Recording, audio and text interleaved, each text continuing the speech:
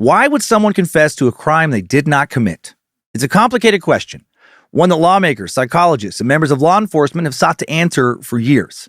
Many people find it impossible to believe that someone would make a false confession, especially when it comes to violent crimes like murder, but it does happen, especially when the confessor is confused, scared, manipulated, and especially susceptible to social pressure for cognitive or other reasons. One of the most well-known examples of a false confession in recent U.S. memory happened in the case of the West Memphis Three. On May 6, 1993, the bodies of three 8-year-old boys were found in a pond in a little wooded area of West Memphis, Arkansas. The crime was extremely heinous. The children's clothing had been removed, their hands and feet had been bound with their own shoelaces. One of the victims' genitals appeared to have been savagely mutilated. The members of West Memphis law enforcement assigned to this investigation had never come across a shocking crime quite like this. 3 young, bound bodies and no obvious suspects, no smoking gun. Nevertheless, despite no evidence, they immediately zeroed in on some suspects anyway, one in particular. Thanks to the wildly irresponsible paranoia of a local juvenile parole officer named Jerry Driver, law enforcement efforts very quickly focused in on one local teenager named Damien Echols. Damien, dressed in all black, listened to heavy metal, had evil tattooed on his knuckles, and was a follower of Wicca. And in Jerry's mind, that all equaled to Damien being the leader of a local satanic cult. In 1993, a nationwide satanic panic that had begun in 1980 still had a powerful grip on the minds of many in the conservative Christian South. The follower of any religion outside of Christianity was regarded with a lot of suspicion, and followers of any religion that fit under the big umbrella of paganism were often accused of literally worshiping the devil in a way that actual members of the Levian Church of Satan or the Satanic Temple would find utterly laughable. The Satanic Panic is called a panic because it was not rational. It was entirely based in a fear of something there has literally never been any evidence of its existence: a global, evil network of various interconnected demon-worshipping and conjuring cults with ties to nefarious powerful people in high places, intent on destroying Christianity and turning the world into some type of hellish, debaucherous playground where the few Christians that remain are kept in cages, mostly only let out to be sacrificed or bred to produce babies to again be sacrificed to the Dark Lord.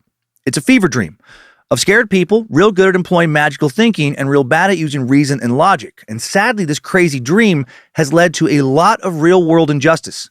After zeroing in on Damien, misguided law enforcement members also targeted 2 of his friends, teens they believed to be members of his satanic cult, Jesse Miskelly and Jason Baldwin. Jesse, who is developmentally disabled, was interrogated for hours by detectives who essentially coached him to give them the confession they wanted.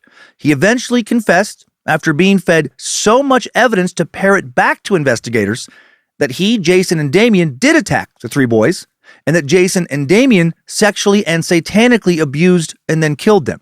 He soon recanted his confession, insisting that he was lying and that they were innocent. But it was too late. The damage was done. The wheels of injustice had been set in motion. Despite no real evidence tying them to the crimes outside of Jesse's confession, all of the 3 teens were convicted of murder at their later trials. Damien Echols, the alleged ringleader of a cult that did not exist, was sentenced to death. It was truly a witch hunt. And the 3 young men soon became known as the West Memphis Three. An HBO documentary put a national spotlight on the case, and the West Memphis Three received public support and funding from a lot of high-profile celebrities. If not, they would still be in prison. Damien might not be around. After 18 years, the West Memphis Three would be released from prison in 2011, but they were not exonerated. They took Alford pleas, acknowledging their innocence while recognizing that the state had evidence against them and that they may yet be convicted at another trial. And with that plea, unless it can be reversed, the real killer or killers will never be investigated. The West Memphis Three have tried to rebuild their lives and reputations in the years since their imprisonments, but it has not been easy. The state has never apologized for what was done to them, never compensated them for their false imprisonments. Currently, Damien is fighting hard to get new DNA evidence examined that he believes will conclusively point to the real killer and open up a path to a new trial that could finally, truly exonerate he, Jason, and Jesse. Despite living free, many still believe these guys are child killers. Many others believe a man named Terry Hobbs did it, the former stepfather of one of the murder victims. I am now one of those others. Today, we will discuss how the Satanic Panic influenced the case from the very beginning, the false confession that set everything into motion, the trials and appeals of the West Memphis Three, and we'll take a good hard look at Terry Hobbs and a re-examination of evidence that paints a very different picture of what happened to those poor three boys than what was presented at the original trials. All this and more on this week's Evil, Satanic, Why Would Anyone in Their Right Mind Defend the Disgusting Occult Actions of the West Memphis Three True Crime to Hell with the Devil edition of Timesuck. This is Michael McDonald, and you're listening to Timesuck. You're listening to Timesuck.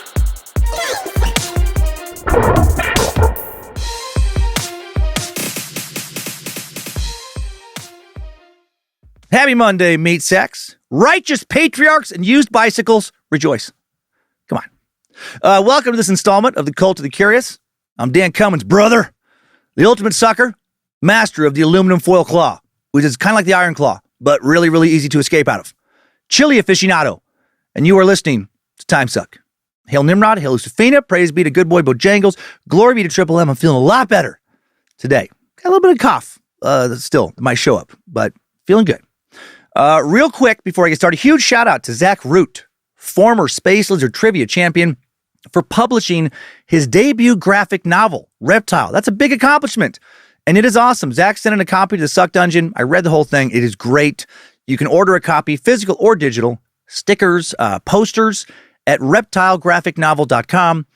If enough people buy copies of his independently produced debut, he will keep writing the story of deadhead stoner Billy's journey into a world of cults, conspiracies, and humanoid reptilians. Good job, Zach. I'm proud of you, for whatever that's worth. For the first charity donation of 2024, we'll be donating $12,900 to Truckers Against Trafficking, while putting $1,440 into the Cummins Scholarship Fund. Thank you, Space Lizards, for that. We are proud to have a lot of truck drivers in our community, and as such, we have been asked on multiple occasions to consider Truckers Against Trafficking. We briefly considered Truckers for Trafficking, but we passed. Now, Truckers Against Trafficking, better known as TAT, is a 501c3 that exists to educate, equip, empower, and mobilize members of the trucking, bus, and energy industries to combat human trafficking. If you want to learn more about TAT, whether that be donating or gaining valuable training, you can visit truckersagainsttrafficking.org. And that is Truckers Against Trafficking, not Truckers for Trafficking. Get the fuck out of here. Regarding the scholarship, keep listening. More info on that coming soon. Applications will open up again in March. And now it is time to worship the devil. I mean, share this story. Get out of here.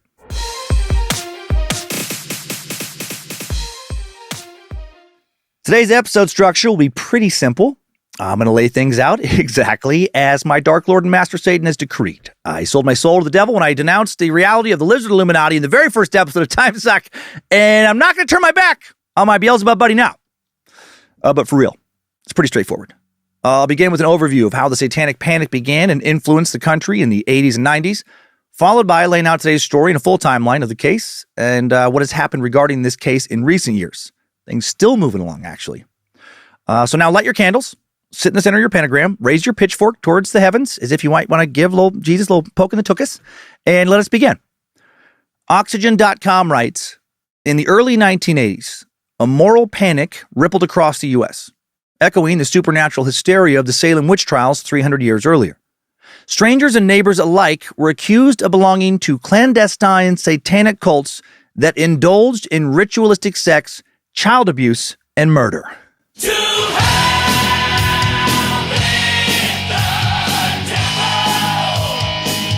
Thank God people started accusing each other of all that shit. Those brave souls finally kicked the devil's ass right back down to hell. And that's why we all get to live Satan-free today. But also, how hot was that ritualistic 80s Satan sex? Right? I've always loved the goth, suicide girl vibe. Several sexy women with black fingernail polish wearing dark hooded robes. Nothing underneath but maybe fishnet stockings. Some lingerie. 80s women with a teased up hairspray, wall of bangs hair, who like to play with ceremonial daggers. Women who want to break a bunch of sexual taboos. I mean, that sounds pretty fantastic. Forget what I said earlier about being glad that Satan got kicked back to hell. Might have to make some massa hats. Start a new campaign. Make America satanic again. Hail Lucifina. Sounds hot as fuck. And I don't have to make those hats red, of course. You know, it's not going to confuse anybody. Actually, When I first wrote that down in my notes, I got excited. I'm like, maybe we should actually make those hats. They already exist. I thought it might be funny to sell them as a joke, but lefthandcraft.com beat us to it. Okay, enough nonsense for a second. There really was a moral satanic panic in the 80s, and then it would extend into the 90s as well. Two of the most infamous crime cases to come out of the Satanic Panic were the West Memphis 3 and the McMartin preschool trials. But there were so many other equally troubling and lesser-known cases. We mentioned the McMartin preschool trial before in the Mandela Effect episode, and the Ripper Crew episode, and I believe in at least one other episode. It's worth revisiting here again in a bit after I talk about the book that lit the fuse on the Satanic Panic. The panic began with the publication of Michelle Remembers, November 1st, 1980, a book that truly terrified millions of people who had grown up worrying about the dark powers of Satan, right? He's everywhere, constantly trying to trick you and, I don't know, get you to fuck a goat or make out with somebody of the same sex or listen to Megadeth or some shit. You know, he works in even more mysterious ways than his creator. Michelle Remembers terrified people who grew up hearing about all the cults of the late 60s and 70s, like the Manson family, what happened with the People's Temple in Jonestown. And who were these cult members really worshiping? Satan. I mean, they weren't actually devil worshipers explicitly, but that's how Satan gets you, right? He tricks you into being pagan or Buddhist or agnostic, anything other than Christian, and then he gets your soul forever. And these cults demonstrated just how powerful the Dark One could be. This really did worry people. Michelle Remembers was written by the highly imaginative, extremely melodramatic, attention-starved, and probably super fucking mentally ill Michelle Smith, and her unethical as fuck, sleazy, superstitious quack psychiatrist, Lawrence Padster. Can you tell that I really hold these two geniuses in high regard? Smith claimed she was sexually abused by members of the Church of Satan over a period of 4 years of sessions with Dr. Padster, a man obsessed with the occult who had previously traveled to Africa and elsewhere to witness non-Christian religious ceremonies that he always felt were satanic. Anyway, Michelle Smith, never abused by Satanists, 100% never happened. This book has been debunked over and over and over, easily debunked. And it continues to be. An award-winning documentary about the book called Satan Wants You just made the film festival rounds this last year, 2023. Even before it was debunked, it's a very stupid book. I've tried to read it, and it's fucking terrible. I'll share an excerpt here soon. While Michelle, was never abused by Satanists, she was, for sure, getting deep-dicked by Dr. P. These two devout, righteous demon fighters started fucking at some point during these sessions while they were both married. And then the therapy sessions continued, which is highly unethical, massive conflict of interest.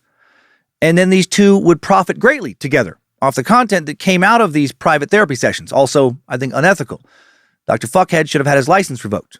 Their affair would lead to the end of the very devout Catholic, Dr. Padster's long-standing marriage with the mother of his 4 young kids. Their long affair would weirdly never get brought up during the massive worldwide promotional tour these two moral crusading dipshits would go on. It just didn't fit the sexy narrative of the noble Catholic doctor uncovering, this helpless little Christian damsel in distress, having her spirit needing to be rebuilt by her knight in shining armor after her soul was abused by these devil folk. Lucifina just gagged. Journalist, author, and heavy metal music expert Mike McMartin said of the Satanic Panic in this book, the actual Big Bang moment of the Satanic Panic occurred with the publication of Michelle Remembers.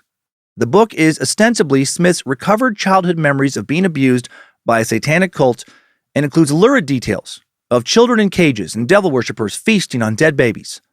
It successfully pushed the notion of a network of child-abusing satanic cults throughout North America. Padster first started treating Michelle Smith at his private psychiatric practice in Victoria, British Columbia, in Canada in 1976 for depression related to a miscarriage. And at some point, Smith had a session where she screamed for 25 minutes nonstop and eventually started to speak in the voice of a 5-year-old. And that's pretty fucking weird. Maybe instead of prescribing her his dick and encouraging her to babble more about the devil, maybe he should have had her committed to an inpatient psychiatric facility and medicated. Just a thought. Over the next 14 months, Padster spent over 600 hours using hypnosis to help Smith play satanic recover alleged memories of satanic ritual abuse that she said occurred when she was 5 in 1954 and 1955 at the hands of her mother, Virginia, and a bunch of other Satanists, a bunch of prominent community members, all of whom Smith now said were members of a powerful satanic cult in Victoria. Pazder Smith claimed she was abused by the Church of Satan, which he stated, based on zero evidence, was a worldwide organization predating the Christian church with powerful, shadowy members behind, all the evil shit that happens everywhere, genocides, mass starvation, pestilence and plagues, Metallica concerts, pornography, all R-rated, most PG-13 rated movies, Hollywood and gay-loving liberal elite doing all the Pizzagate, QAnon-type shit that they constantly do. All of it is connected to an international satanic cabal that will stop at nothing to destroy your very soul. The first alleged ritual attended by Smith took place in 1954, she claimed, when she was just 5, when her mother gave her over to these Satanists. And where did the ritual abuse take place? Why, in the local cemetery, of course. I mean, where else? I guess it could have taken place in like a bat-infested cave. That might be spooky enough. Or maybe in the basement of an abandoned Victorian-style mansion. That's pretty spoopy. Another cool setting for some horror cosplay. But cemetery is classic. Probably the most cliche. Best. It all happened inside a massive round room accessed by entering a tomb in Victoria's Ross Bay Cemetery. A room that you can't find today. Because I guess you have to know some satanic code words to open a secret door or portal or something to enter it. Say Beelzebub 6 times while spinning around 6 times while holding up 6 fingers or some shit. Details like that are not really given. They forgot to make that stuff up. You should write to demon zombie expert Chad Daybell in prison. He probably knows how to get in. The final ritual documented in the book was an 81-day long satanic sacrifice marathon. Think the old March of Dimes, Jerry Lewis telethon. But instead of a bunch of celebrity volunteer operators taking donations calls to raise money for muscular dystrophy, it was a bunch of people in robes handing babies over to Satan to be torn apart. If you read Michelle Remembers, you'll learn that Satan loves tearing up babies into pieces. More than anything. He's addicted. He's addicted to ripping babies apart. The final ritual went down in 1955. The devil himself was summoned. And before it was all over, Jesus, the Virgin Mary, Michael the Archangel would all show up, and they would remove the scars received by Smith throughout the year of abuse, and also would remove memories of the events, quote, until the time was right, which is pretty convenient. That's how no one noticed any of this stuff happened at the time. Interesting here. I feel like Mary and Michael showing up are overkill. Since Jesus is God, and God's all-powerful, it seemed kind of weird that God would need the help of his mom and an angel to heal the scars. During these rites, Michelle was allegedly tortured, locked in cages, sexually assaulted, forced to take part in various rituals, including wild orgies. She witnessed so many murders, was physically assaulted by none other than Satan himself, was forced to eat human shit, was rubbed with the blood and body parts of ritually sacrificed murdered babies and a few adults as well. And all that happened, 100%. Smith would even appear on Oprah Winfrey in 1989, along with Laurel Rose Wilson, who wrote another nonsense book called Satan's Underground. Both of these women's claims never questioned by Oprah, just like Smith's claims were never questioned by Geraldo Rivera or the dozens of other various news pundits and journalists who interviewed her. Laurel Rose Wilson, by the way, just to show how nonsensical all this stuff is, she said her parents had her satanically molested and made her fuck animals and all sorts of shit, starting at the age of 4, lasting until her early 20s. Her sister and other family members would vehemently refute these claims. Law enforcement would never take her claims seriously because she was batshit fucking crazy. She will get into trouble in the late 90s for pretending to be a Jewish Holocaust survivor, claimed to be experimented on by none other than Dr. Joseph Mengele. Did I mention she grew up in Tacoma, Washington, and doesn't even have any Jewish family members? She spoke at some presentations alongside actual Holocaust survivors and even fucking stole money from a Swiss Holocaust survivor fund. She's a real piece of shit. A professional liar and one of the architects of the Satanic Panic. Back to Michelle Smith. If Smith was part of an 81-day long satanic ritual that went down in Ross Bay Cemetery, how is it she was never absent from school for prolonged periods during that same time? Smith's school records were accessed by some journalists who thought she was full of shit. No unusual absences from, the time she was supposedly abused. She was somehow satanically abused for 81 straight days and went to school that whole time. Got good grades, looked fine. Her old teachers and classmates interviewed. No one remembered her coming to school with, fucking marks of the beast all over her or all this, evidence of her being abused in cages and fucking raped and orgies and shit. Also, the Ross Bay Cemetery surrounded on three sides by a big residential area. No one remembers any unusual activity from when this abuse supposedly occurred. Right? There wasn't about like long lines of people in robes, chanting, fucking going to their mausoleum and sneaking in. The police never investigated Smith's claims into the supposed satanic ring because her claims were not even close to being credible. There was no spike in murders or missing people. A fuckload of extra babies didn't go missing when Satan was supposedly gobbling them up left and right. The only evidence that anything Smith said occurred that actually did occur is her saying it did. That's it. Here's a little excerpt from this crazy ass book, just to show what they were doing. Satan had gone back into the fire. Now he emerged, completely changed. For a moment he had a face, long-nosed, eyes wide apart. It was the face of a pig. The worshippers had changed too. They all were wearing white. They were ready for the first of the 3 required sacrifices. From the dark tunnel came the noise of marching feet, and soon a force of attendants surrounded the outer circle. Each was carrying what appeared at first to Michelle to be a pole, then was identifiable as an unpointed pitchfork. And under each arm they carried that object as necessary to the proper performance of the Black Mass, as bread and wine are to the Catholic Mass, the body of a baby.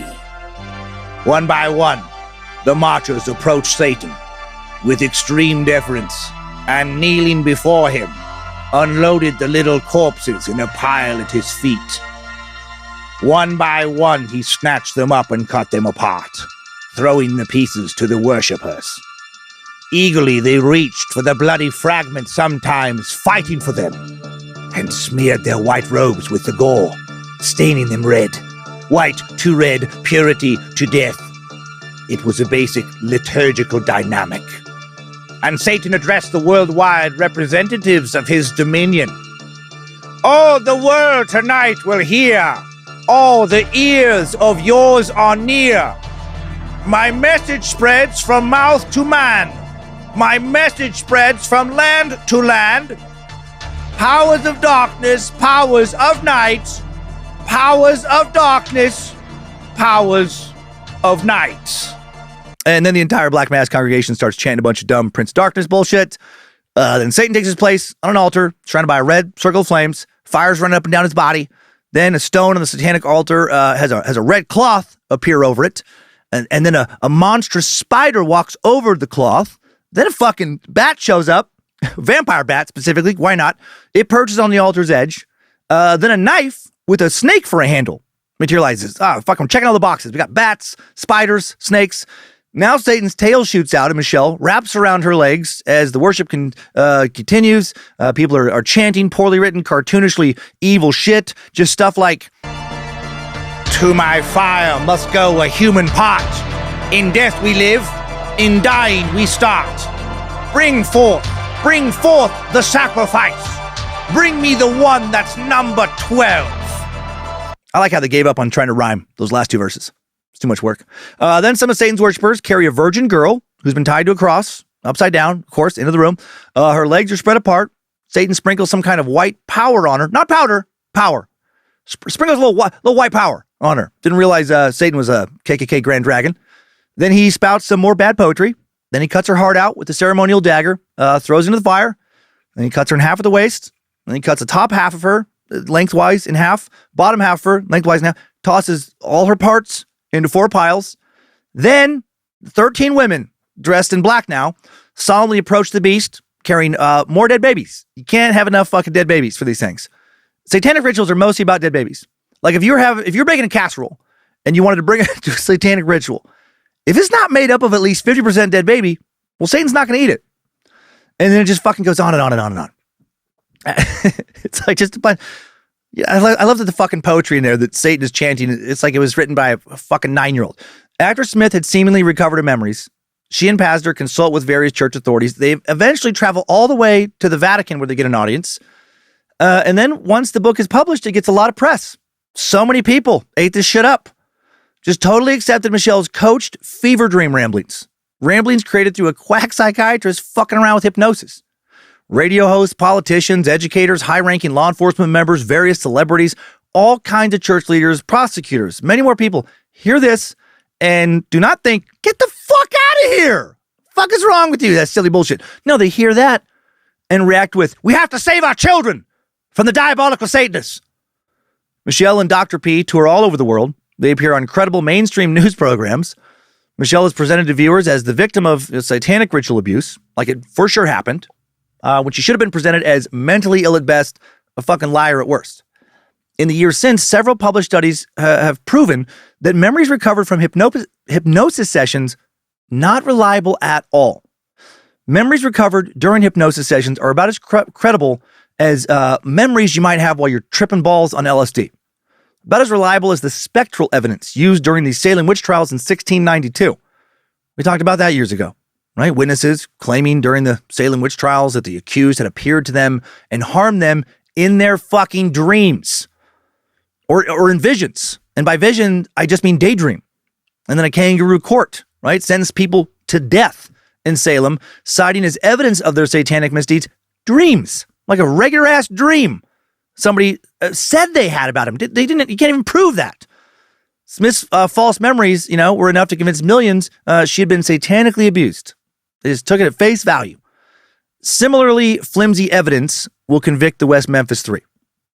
Dr. Pazder, due to the popularity of this book, well, he gets hired a couple years later as a fucking consultant for the McMartin preschool investigation. Dude was paid government money for his expertise. So that's cool. 1983, children at the preschool claimed all kinds of crazy dumb shit thanks to a bunch of satanic panic hysteria, like being flushed down magical toilets into secret rooms where they were then sexually abused during satanic rituals, sometimes by celebrities. How did those claims start? It just gets better.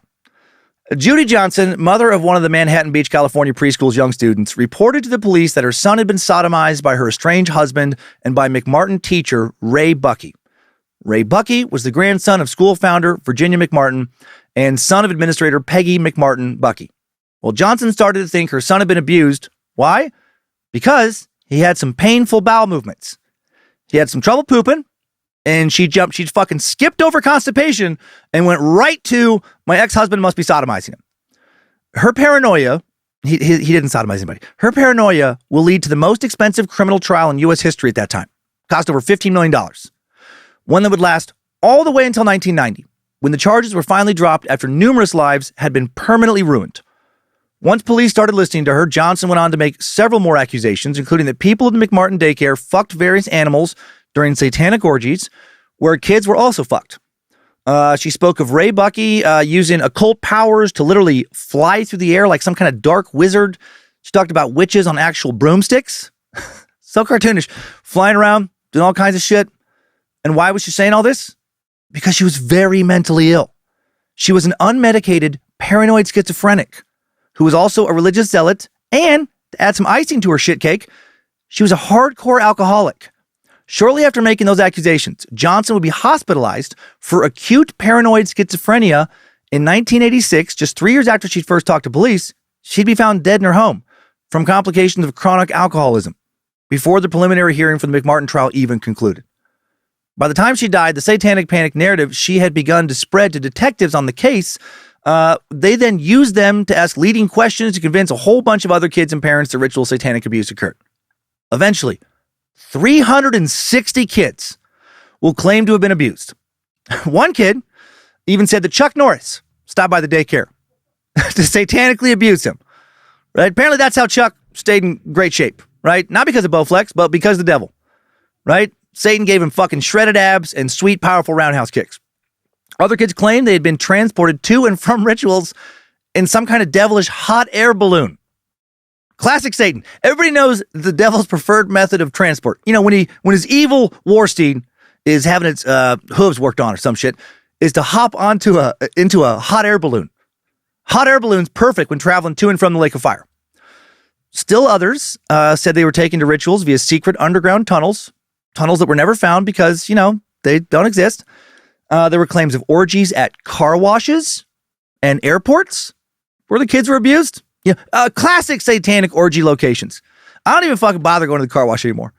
I'm so sick of being stuck in line, waiting for the satanic orgy to wrap up so I can get my truck clean. And touring for years, I've missed several flights due to being stuck in line, behind for TSA, waiting for the security to break up the satanic orgy at the head of the line. Excuse me, can you guys stop fucking that goat for like 10 seconds? I gotta make it to my gate.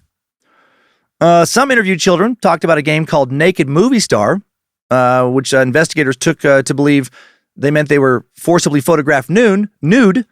But then during the trial, testimony from the children stated that Naked Movie Star was a game, just like a rhyming taunt that they would use to tease other children. What you say is what you are. You're a naked movie star. That's it. But they jump right to, someone's taking naked pictures of these children. What the fuck? March 22nd, 1984, Virginia McMartin, Peggy McMartin Bucky, Ray's sister Peggy Ann Bucky, teachers Mary Ann Jackson, Betty Rader, and Babette Spittler, all charged with 115 counts of child abuse, which would later be expanded to 321 counts of child abuse involving 48 children. That's what actually went to court. Did I mention that Laurel Rose Wilson, fake Holocaust survivor, right? Holocaust survivor impersonator, author of Satan's Underground, she showed up in this trial? Oh, yeah. She claimed to have witnessed and stopped some of the abuse. She also claimed to have been tricked into a lesbian relationship with Virginia Martin. Damn you, Satan! I thought I was having sex with my husband. Now I realize I was munching on Virginia's devil box. She never even fucking met Virginia. But investigators, they still took her claim seriously. By 1990, all those people will be acquitted, but by that point, the damage had been done. Ray Bucky, the last defendant to be acquitted, when he's finally released, all the charges dropped. He had spent over 5 years in prison as a suspected satanic pedophile.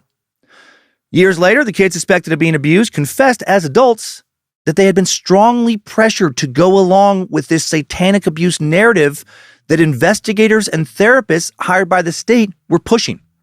By the time the trial was over, a few of the accused had died while their community still thought they were satanic pedophiles. The preschool, a family business, went bankrupt. Then across the country, other daycare providers made sure not to hug or touch kids anymore, even though child experts say this contact is needed by children, out of fear that their actions could be interpreted as signs of abuse. Other daycare centers closed their doors due to insurance companies scared of molestation lawsuits, substantially raising liability insurance rates. The ripple effect was fucking terrible. And the Satanic Panic ruined other lives in less publicized trials. Dan and Frances Keller, for example, ran a daycare center from their Oak Hill home in Austin, Texas. That innocent couple will be sentenced to 48 years of prison in 1992. They were convicted of charges that they had dismembered infants for Satan, sexually abused children in their care, used those kids to carry the bones of corpses exhumed from local cemeteries, and making kids do shit like drink Kool-Aid mixed with human blood. Their convictions based entirely on the fantastical testimony of coerced children and tenuous circumstantial physical evidence presented by a Dr. Michael Meow, an emergency room physician who treated one of the girls the Kellers were alleged to have abused, and then this Dr. Meow will later recant his testimony. Just got swept up in the Satanic Panic, lied in court. Sorry about that. Oh, gosh dang. I wish I could take it back. Paranoia. It's a fucking hell of a drug. Kellers would not be finally released until 2013 after they served more than 20 years in prison. Over 2 decades of other inmates thinking they were satanic pedophiles. And you can find a lot of other examples of, again, lives ruined by this hysteria. You know what you can't find? A single fucking example, not one, of a bunch of kids being molested by a giant covert organization of devil worshippers and satanic rituals. The consistent claim of paranoid satanic panic morons. A lot of people have been arrested, but in most cases, the accused get out on appeals after witnesses recant, and in a few cases, yes, people have been molested in sacrilegious ways by people who are severely mentally ill in almost every single case. Never are they proven to be members of some big organization dedicated to satanically molesting children. Nevertheless, according to Mara Leverett, author of Devil's Knot, The True Story of the West Memphis Three, one of the most famous books about this case, by the late 1980s, interest in the suspected prevalence of satanic ritual abuse, or SRA, had grown so intense in the United States that the subject was discussed in settings as diverse as psychological conferences, religious tent revivals, police training seminars, Ms. Magazine, and television talk shows. Fantasy role-playing games such as Dungeons & Dragons, as well as certain kinds of rock and roll music, especially heavy metal, were described as gateways to a dark world that could lead to ritual abuse. At worst, specialists in the new field of SRA warned teenagers who started out innocently playing with Ouija boards or reading books on paganism and magic could be drawn into rites involving the use of dangerous symbols, and from there into vandalism, animal mutilations, ritualistic abuse of children, and suicide or even murder. 1991, the FBI actually looked into national records to determine how prevalent cults and human sacrifice were, and a specialist concluded, after all the hype and hysteria is put aside, the realization sets in that most satanic or occult activity involves the commission of no crimes, and that which does usually involves the commission of relatively minor crimes such as trespassing, vandalism, cruelty to animals, or petty thievery. Right? This fear, this intense, highly irrational, paranoid, QAnon level of crazy fear was very much alive and well in West Memphis when the crimes of today's story took place. Juvenile probation officer, local occult expert, Jerry Driver was all about this shit. Because Damien Echols followed the Wicca religion, he was thought to be a devil worshiper, and the murders were clearly part of an occult ritual. Ironically, no one in today's story worshipped Satan. No one. Wicca was treated in court by law enforcement, expert witnesses, a fucking judge, the prosecution, as being equivalent to Satanism. If people in West Memphis would have been given pitchforks and torches, Damien and his crew would have been dead within days, if not hours, of being accused of the murders. Let us now transition into the timeline of the West Memphis 3. Get ready to be infuriated. Strap on those boots, soldier. We're marching down a Timesuck timeline.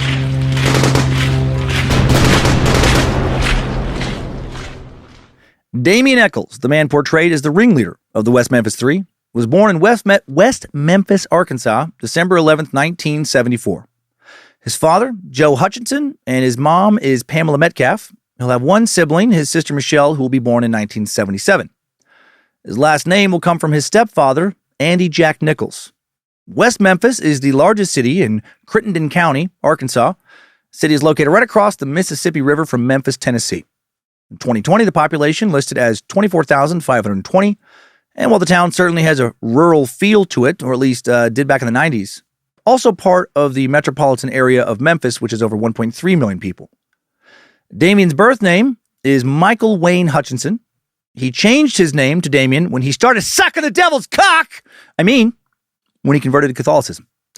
According to some sources, his stepdad will say that he adopted Damien in 1986 when he had to change his last name to Echols. And while he was doing that, he decided to change his first name to Damien because he was reading about a priest named Damien who worked with people at a leper colony for over 10 years in Hawaii before contracting and dying of leprosy himself. His sister Michelle will recall that he wanted to be a preacher or priest when he was young. Damien has been fascinated with religion his entire life, exploring different types of Christianity, Buddhism, Wicca, and more. He is like a lot of you, I'm guessing. A very curious and irreverent person. And his curiosity, his daring to be different, nearly got him killed. Jesse Miskelly Jr., the next West Memphis 3 member, born in West Memphis, July 10th, 1975. His father, Jesse Miskelly Sr., was a well-known mechanic in West Memphis, nicknamed Big Jesse because of his strength. Jesse Jr.'s mom was Betty Jo Barnes, who worked largely as a cashier. Jesse will be one of 11 kids on his dad's side and 9 on his mom's side.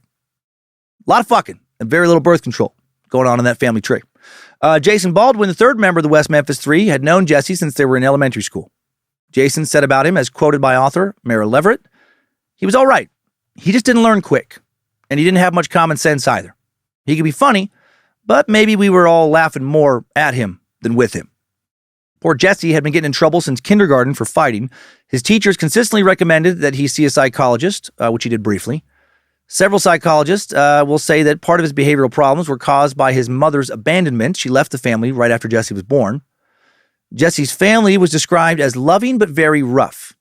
Jesse recalled that one of his childhood memories was fighting all the time. He explained, "I had to take up for myself, to let people know they couldn't run over me just because I was small. I was walking around always looking for fights because I knew they would come. I took up for a lot of people because I had a quick temper and I knew what it was like to be picked on. I'd been picked on since I was about 4 or 5. My brothers always picked on me, and my stepsisters always picked on me. They tried to tell me what to do. He also remembered his father drinking beer like a fish every day since I was born. He still loved his father and said he was a sweet guy who would do anything for anybody. In addition to fighting, Jesse struggled a lot in school. At age 7, he still could not recite the alphabet past the letter R, and he could not count past the number 15. His IQ was estimated to be 67. That score on the most common IQ charts falls into the extremely low category, the very bottom classification. Also classified as well below average, significantly below average, or mildly impaired or delayed on other charts. Clearly, Jesse is developmentally disabled. In docs I've watched, I've heard him referred to as slow, special, and some with the mind of a 7 or 8-year-old. This is important to understand, as it will be Jesse's confession that will lead to he and the other 2 Memphis, 3, being convicted more than anything else. Jesse was put in special education classes where his teacher said he was sulky, disrespectful, impulsive, indifferent, stubborn, uncooperative, and prone to rage. At the age of 7, a psychologist recommended he be hospitalized for severe behavioral problems, but his family did not have the money for that. They took him to a few counseling sessions, but it wasn't something he did regularly because, again, the family could not afford to. They had a lot of other kids to look after. 8-year-old Jesse was taken to a psychologist across the river in Memphis when he continued fighting at school. That examiner found that he was non-psychotic. The psychologist reported that Jesse feels bad about himself and his world. He sees himself as vulnerable, unable to handle the pressures which surround him, and in danger of being overwhelmed. He pulls his own hair and bites himself when agitated. He is reported to have abused animals when he rages and has shredded his clothes while out of control. His stepmother indicates that he will tear up anything at hand when he is angry, though both parents agree that there is little way to predict when Jesse will rage. Psychologists also wrote that Jesse's father had a bad temper and played rough with Jesse, and that included play punches hard enough to send him into a wall on the other side of the room. The psychologist recommended residential treatment for Jesse and family therapy. His family rejected the hospitalization and went to some counseling sessions, but did not keep up with it. Jesse stayed in kindergarten for 2 years, then the second grade for 2 more years. By the age of 10, his estimated IQ was found to be as high as 75, which is still on the very low end of the normal range. Jesse's third grade teacher found that he did not have adequate vocabulary and could not understand written passages. It was reported that he hit a girl on the head, stabbed a boy with a pencil, and cut his hand when he punched out a car window in grade school. A juvenile judge will order another exam. After Jesse is suspended for splattering ketchup in the lunchroom, Jesse indicated that he wanted to drop out of school by middle school.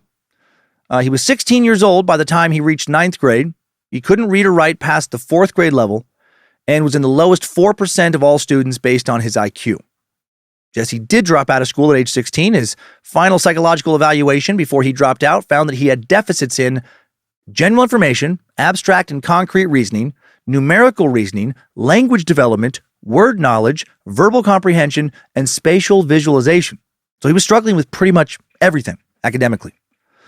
Jesse said he dropped out because, quote, just didn't care about it no more. He thought he would become a mechanic like his father, but his dream was to become a pro wrestler.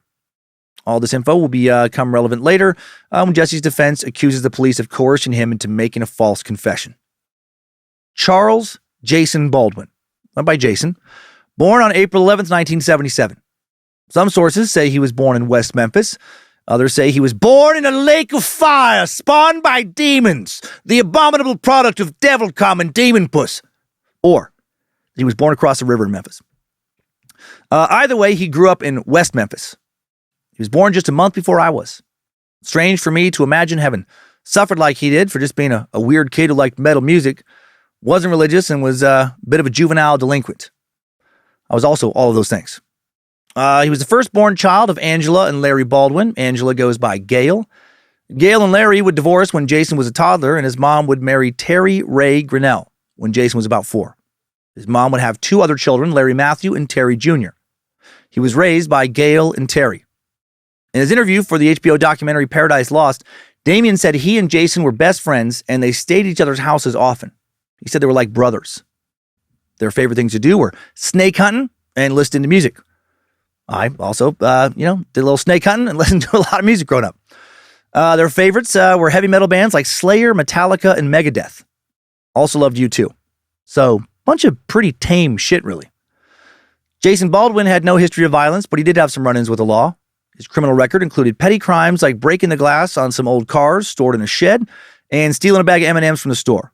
He was an average to good student and earned certificates for punctuality and attendance. Also had a soft side. On April 5th, 1993, Jason and his classmates were asked to write about a classmate who had recently died of suicide, and Jason wrote, "I didn't know the girl very well. I seen her around every now and then, but I knew how people that knew her feel because once my mother tried to commit suicide, and I know how I felt when that happened. It was pretty devastating since I was the one who found her and called 911 and kept her alive. But I am lucky. My mother is well and happy now, and so am I." In every single interview or courtroom footage I've seen of Jason, he just comes across like a good kid or a good dude. Quiet, laid back, tough, but kind and loyal. Damien's trouble with law enforcement will start in 1992. By this point, he was 17 years old, had already dropped out of high school. He lived in the Lakeshore Estates trailer park in Marion, a city 5 miles from West Memphis.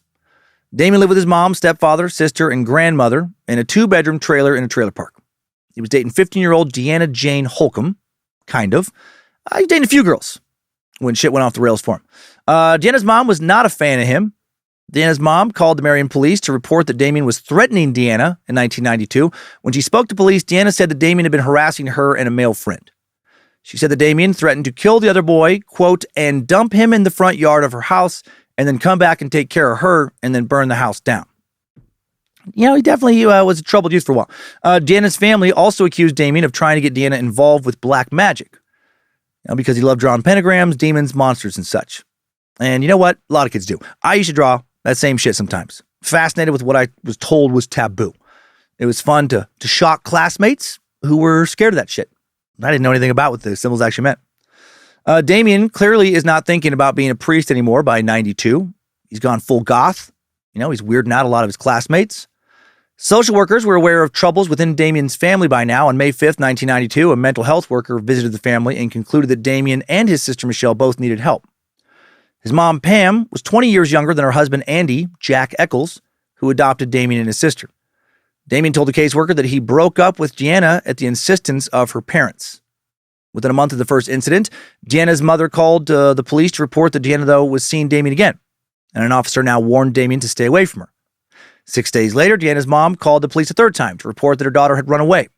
Officers went to Lakeshore Estates, found the 2 teens hiding out in an uninhabited trailer, partially nude from the waist down, and convicted both of felony finger banging.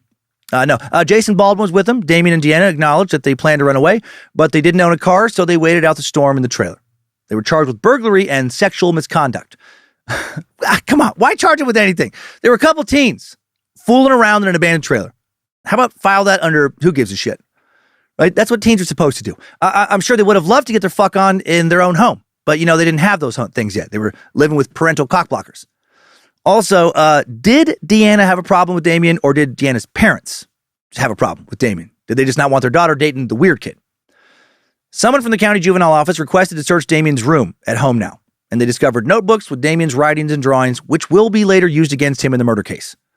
He wrote some spooky horror fiction. Oh no! He scribbled down pentagrams. Who gives a shit? Has anyone ever scribbled down some pentagrams and then everyone around them just fucking burst into flames and died? No.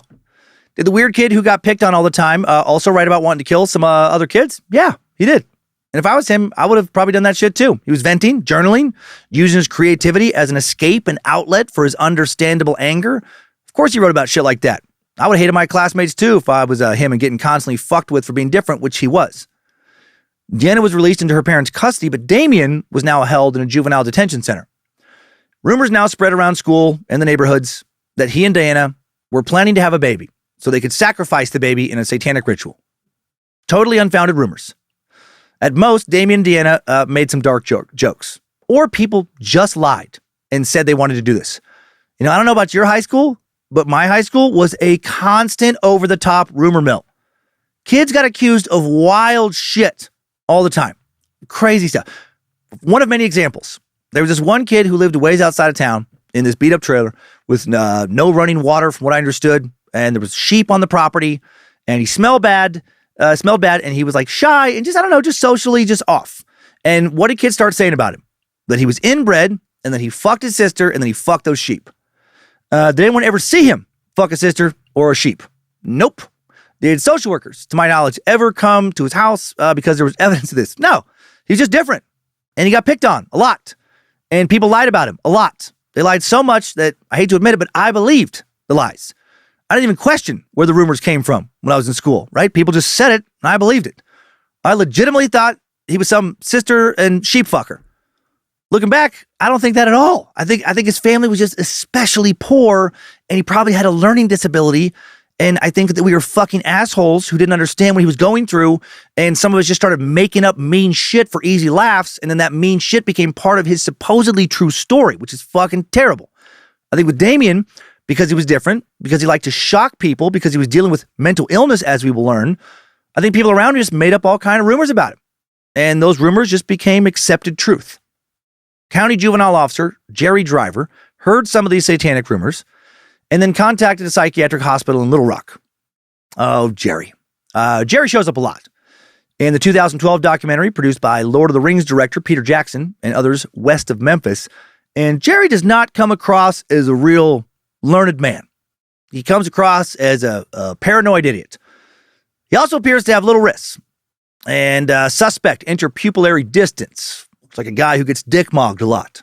Definitely gets muscle mogged by any Brads or Chads with decent pecs. Maybe an angry incel. I don't know. Jerry was way into Satanic Panic stuff. He watched videos sent to law enforcement members at the time about how to identify signs of satanic ritual abuse. He was convinced, before he even met Damien, that bloodthirsty Satanists were fucking crawling all over West Memphis. Somebody told me that Jerry was a big QAnon or Pizzagate guy, or had been part of the January 6th insurrectionists. I would not be shocked at all. Mara Leverett, an expert on the West Memphis 3 and an investigative reporter focused on Arkansas, who's a member of the Arkansas Writers Hall of Fame, wrote, "Though the occult would remain a vague term, a belief that occult or satanic activities were dangerously afoot in the county was already well established among some law enforcement officials by the time the murders occurred.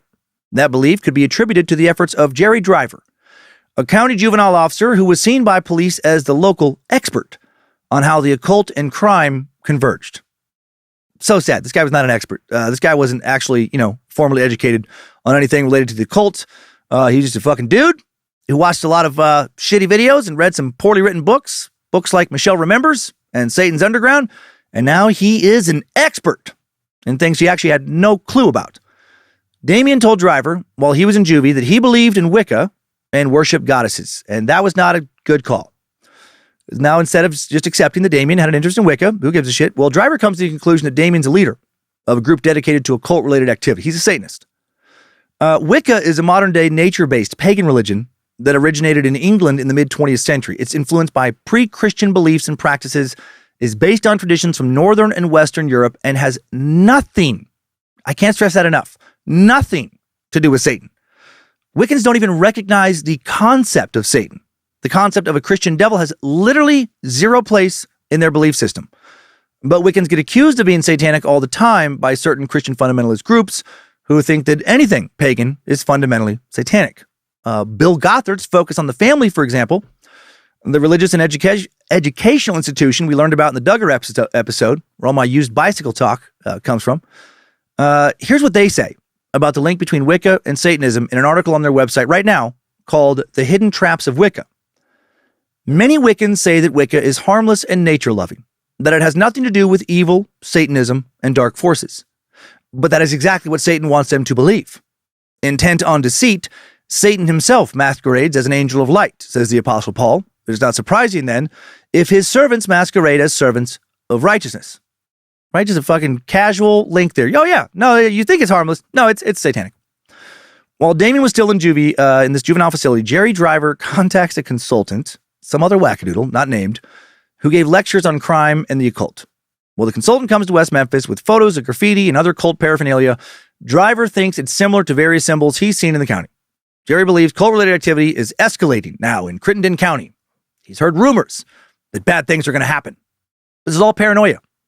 Nothing's fucking happening. No later arrest will confirm his Satanic Panic suspicions, other than the fucking misguided West Memphis 3 arrests. Some goth kid doesn't want to worship Jesus and draws pentagrams, and that's enough for Jer Bear to lose his shit. Some psychiatrists at the facility who assessed Damien, people more educated than Jerry Driver, noted that he said he was not involved in Satanism and was involved with witchcraft. But Jerry wasn't, frankly, smart enough to discern the difference between Satanism and witchcraft. Also, most forms of Satanism are harmless, right? At least in the secular world, they are. When it comes to how spiritually damaging they may or may not be, well, that's going to depend on your faith. But in this world, in terms of real, concrete, earthly actions, there's no evidence that this belief system predisposes you towards committing violent crimes or killing fucking babies all willy-nilly. It does predispose you to riling up, certain Christians and getting a lot of, shit for your beliefs in certain places. Damien was diagnosed with major depression in this facility. One examiner raised the possibility of bipolar disorder. His immediate problems were listed as extreme physical aggression towards others, suicidal ideation and intent, depressed mood, and bizarre and unusual thinking. Damien will be hospitalized for 3 weeks until he's no longer considered a danger to himself or others. He's prescribed antidepressants, and then he leaves the facility. He will not be forgotten about by Jerry Driver. Driver worries that Nichols is a fucking time bomb, one of Satan's minions about to do something unforgivable to please his dark master. I bet Jerry is a huge Stryper fan.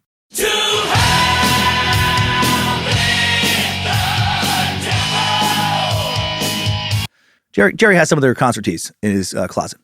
July of 1992, Damien and his sister moved with their mom to Aloha, Oregon, an outer suburb of Portland. I'm sure he thought about this many times later while he was incarcerated about how he wished he would have stayed there. She reunited with the kid's biological father, Joe Hutchinson. Mom and dad back together. Damien starts working at a BP gas station managed by his dad. Officer Jerry Driver is so fucking worried about Damien, he asks juvenile authorities in Oregon to closely supervise him while he is still on probation. You got to keep an eye on Satan's minion, boys. He's a level 5 demon zombie, 100% in league with Beelzebub.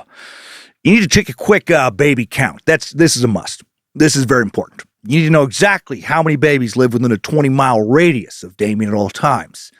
Also, how many women are pregnant and about to have babies. That's another must. Take a few hours, go to all the local area hospitals. Ask them to send you a baby head count every day. You can't not do this. Whenever you see any babies in public, you need to take their pictures, ask their parents for their names, create dossiers on all the local babies. Would it be possible to recruit any little people as informants? I can't recommend this enough. It's imperative. Hire some little people as part of an undercover operation where they will infiltrate local daycares pretending to be babies. You need to know what your local babies are talking about. Oh, and virgins. My God, I almost forgot. You have to find out what women in your area are virgins. That's a must. They're not safe. Do you have the power to conduct mandatory hymen checks on females in your area? Can you open up some fake women's wellness centers where you can have officers pretend to be OBGYNs? Have all the crypts in your cemeteries checked for portals to hell as well. That's a must. You have to do that. Have you done that yet? You know what? There's just too much to discuss over the phone. I'm going to need to fly out.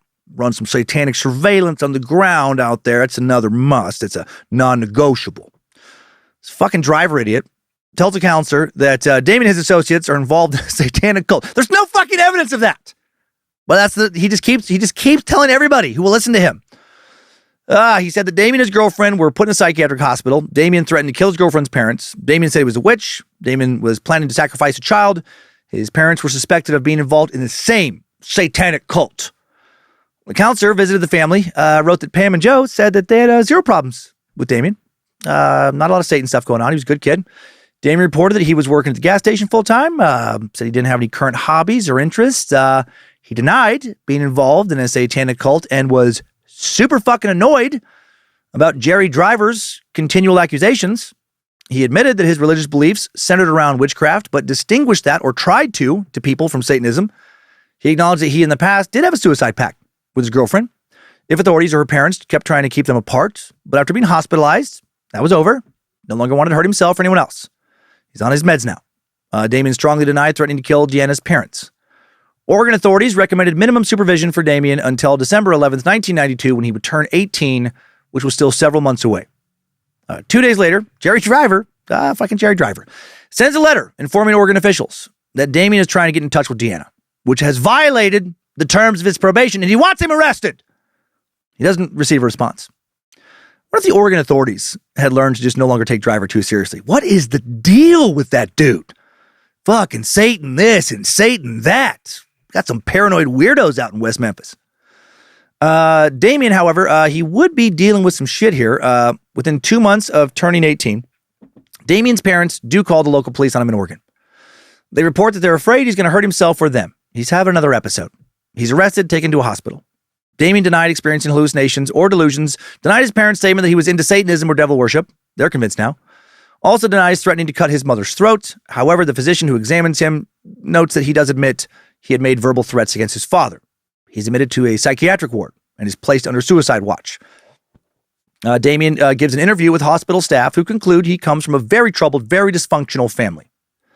Pam said that she and Joe now no longer want Damien because of the threats. He spends 2 days in the hospital. After that, the staff no longer consider him a threat, but aren't sure where to send him. His family doesn't want to take him back home. Damien wants to go back to Arkansas, but he's still a minor. Not for long, but still. His physician writes that plans for his emancipation and return to Arkansas seem reasonable to him and that Damien planned to live with his stepfather, Jack Echols. The hospital notifies Oregon juvenile officials who notify, unfortunately, fucking Jerry Driver. Dipshit Driver now submits an affidavit stating that Damien has violated his probation by making threats, moving out of his parents' home, and returning to Arkansas. He requests that the prosecutor revoke his probation, and that request is granted.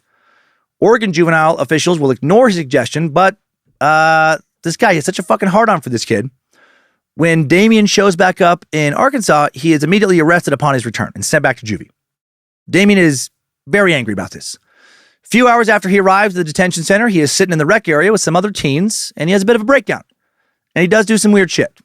The director's report records the following incident. One of the boys who had scraped his arm a little, and it was bleeding some.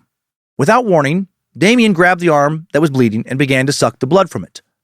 The boys all stated he had been saying he had not taken his medication the night before, and he was about to go off on them. Damien was asked why he did this, and he stated, "I don't know."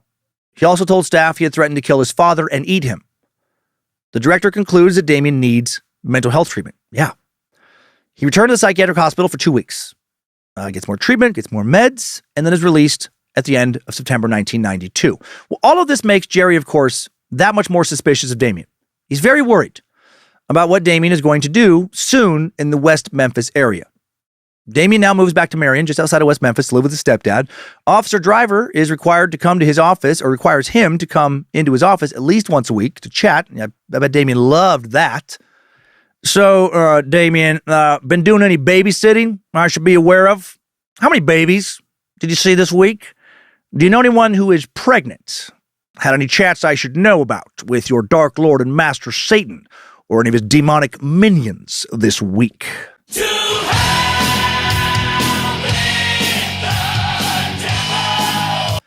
Damien now has to follow curfew, enroll in vocational tech school, obtain his GED, and listen to Stryper nonstop on loop.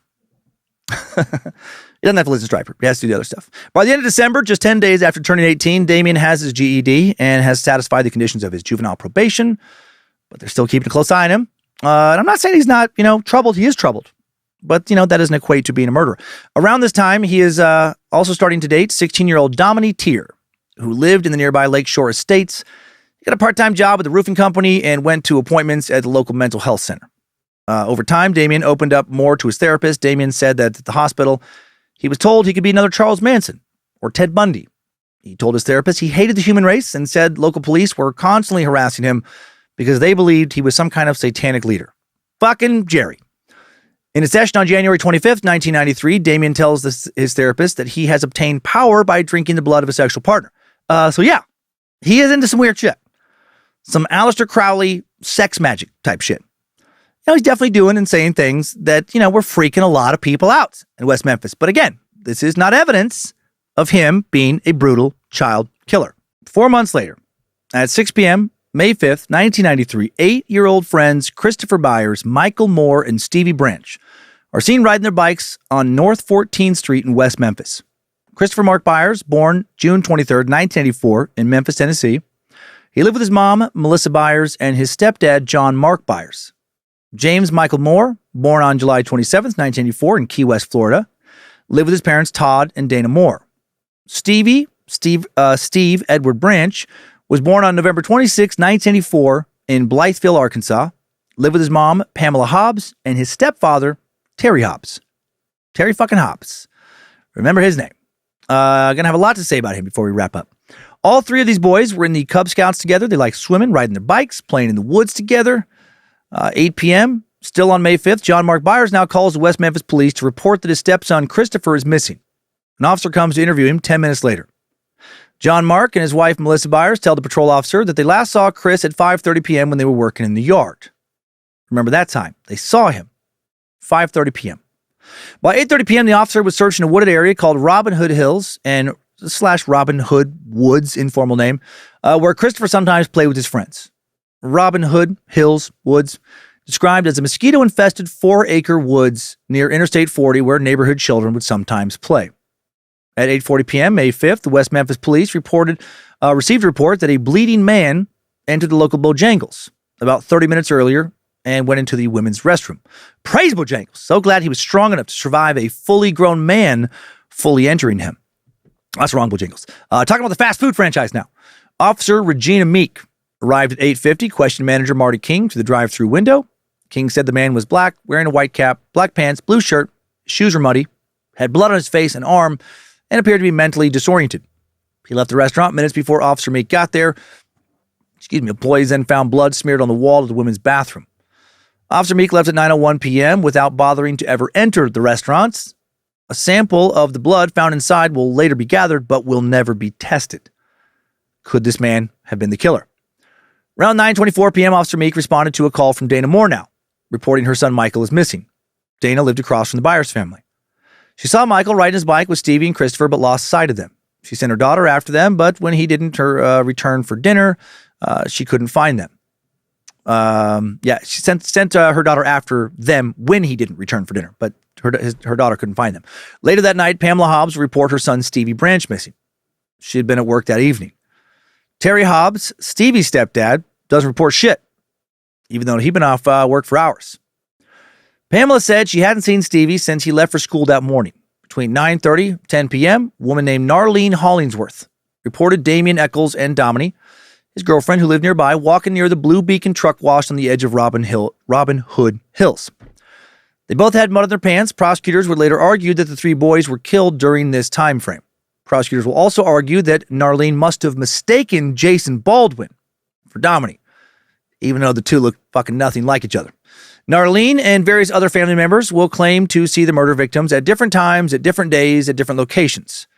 They'll claim all kinds of shit that they saw when they were all together that will conflict massively.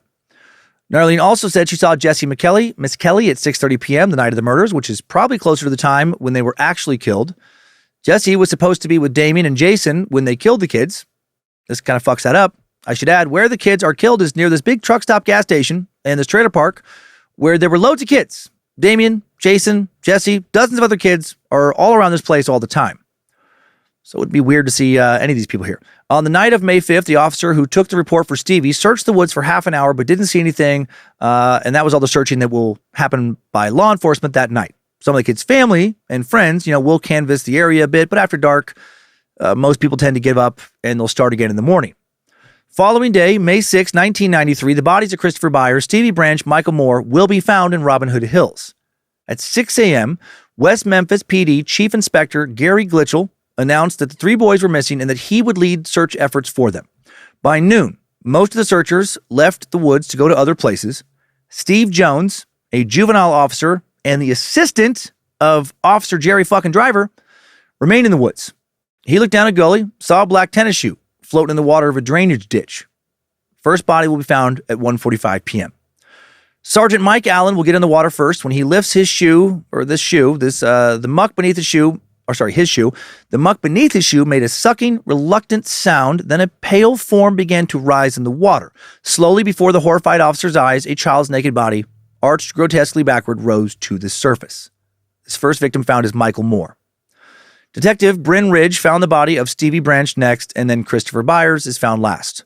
The boys are naked, their hands and feet have been bound with shoelaces, and they've been beaten, and Chris Byers' genitals have been mutilated. This mutilation will be another big focal point in the murder trial, right? And then years later, half a dozen forensic experts, all of them way more qualified than the one who initially worked this case, will independently come to the same conclusion that Chris was not the victim of sexual mutilation. At the very least, not nearly to the level that they believed, not exactly, turtles. Some fucking turtles snacked on his dick and balls after he was dead. Seriously, I will explain that much more later. But it feels important to mention now. I cannot stress enough how the initial investigators completely fucked their entire investigation by totally misreading this crime scene. They were thinking emotionally and not logically. They built a story in their heads of what happened, proceeded to employ a lot of cognitive dissonance to force future details to corroborate to this narrative they fucking came up with in their heads. Anything that didn't conform to their made-up story would just be ignored. The initial work of these investigators should be used to teach other investigators what not to do. Investigators took note of these details as summarized by Mara Leverett. Why had one of the boys been castrated? How to account for the absence of blood? Why did the banks of the stream look swept clean? Well, Jerry Driver, who is there right after these bodies are found, immediately states that he thinks they need to look into Damien Echols. He's certain this is Damien's work. It has to be him, fucking Jerry. And this completely just, becomes the narrative now, right from the very beginning. The coroner arrives at 4 p.m., pronounces all three boys dead. Dr. Frank Peretti, the medical examiner, will later testify that the boys were likely murdered between 1 and 5 a.m. On May 6th. So 1 a.m. and 5 a.m. Boys had, which is probably not true. Boys had multiple severe injuries. According to Oxygen, the side of Branch's face was ripped apart and Byers' genitals were so badly mutilated he was essentially castrated. They had scratches, bite marks, and possible stab wounds on their bodies. Chris died of multiple injuries. Michael and Stevie died of multiple injuries with drowning. Later that day, the West Memphis PD sends Detective Burn Ridge and Sergeant Mike Allen to collect blood scrapings from the wall at the Bojangles restaurant. But no additional interviews are conducted. And again, these scrapings will never be examined. Why would they be, right? They knew who did it. Damien Echols. Inspector Glitchell told reporters that they were investigating the possibility that the murders were connected to cult activity. Rumors were already circulating that the murders were committed by devil worshippers. Rumors started by Jerry Driver. Right, here we go. Jerry and the rest of this lot, exact same brains as members of a medieval mob carrying pitchforks and torches, headed to grab some witches and have them burned at the stake. Burn the witch! This is truly modern-day witch hunt. It's begun. A literal witch hunt, since Damien is wicked. Next day, May 7th, Damien Echols, questioned by juvenile officer Steve Jones and Lieutenant James Sudbury. No notes are taken. Damien will be questioned 3 times between May 7th and May 10th, twice at his home, once at the police station. He told the officers he spent the evening of May 5th at home with his mom and spoke on the phone with 2 girlfriends in Memphis. One of the officers wrote that Damien likes to read books by Stephen King and has evil across his left knuckles. Oh man, he reads Stephen King books? He must have done it. It's fucking 1993. What kind of dorks aren't reading Stephen King? May 8th, Detective Bill Durham and investigator Shane Griffith questioned Damien Echols and Jason Baldwin. They told the detectives they had never heard of the 3 boys who were killed. Investigators took note of the fact that Jason also has the word evil tattooed on his knuckles, clearly a member of Damien's satanic cult. Damien was interviewed by Lieutenant Sudbury and Detective Burn Ridge May 10th without his lawyer present. He took a polygraph administered by Detective Bill Durham. Detective Burn Ridge wrote that Durham reported that Damien had been untruthful and, according to the polygraph, was involved in the murders. Polygraphs are notoriously unreliable. All that test determined was that Damien, who again is mentally ill, was fucking nervous. Would you be nervous if the police had now interviewed you 3 times in 4 days because you're a suspect for the murder of 3 boys? Police who you know hate you, who think you're satanic, who you know want you to have done it. They want to arrest you, are actively trying to pin this on you. Yeah, I'd be nervous. I'd be nervous as fuck. May 12, 1993, the police questioned Damien's mother, Pam Echols. She says Damien was at home on the night of the murders. She was there. He was playing video games with another kid, spoke to 2 girls who lived in Memphis on the phone. One of those girls will speak with police and corroborate this alibi. The cops will ignore this and will ignore all other alibis from the suspects. Around this time, a local waitress and volunteer detective named Vicky Hutchinson will get involved in this case and really fuck it up some more. Vicky, 29 or 30 years old at the time, she's conducting her own investigation. She's not qualified to do this. Her son, Aaron, was friends with the victims, and Vicky will now throw a lot of fuel on the Damien Did It fire with a bunch of lies, and she will lie so much. One of Vicky's neighbors was 17-year-old Jesse Miskelly. He occasionally babysat her kids and cut her grass. According to Vicky, after the bodies were found, Jesse told her that on the morning of the disappearance, he saw some boys who fit the victims' descriptions walking near the Blue Beacon truck wash, which is by that little stretch of woods, like right next to it. However, it couldn't have been them because all 3 boys were at school the day of the murders. So he didn't see that. He's mistaken. Still, Vicky keeps talking to Jesse, and eventually he tells her about his friend Damien, who, quote, drank blood and stuff. She immediately is super suspicious. Who is this blood drinker, right? She's already heard fucking rumors about satanic involvement. This kid sounds like somebody who probably sacrifices kids to the devil.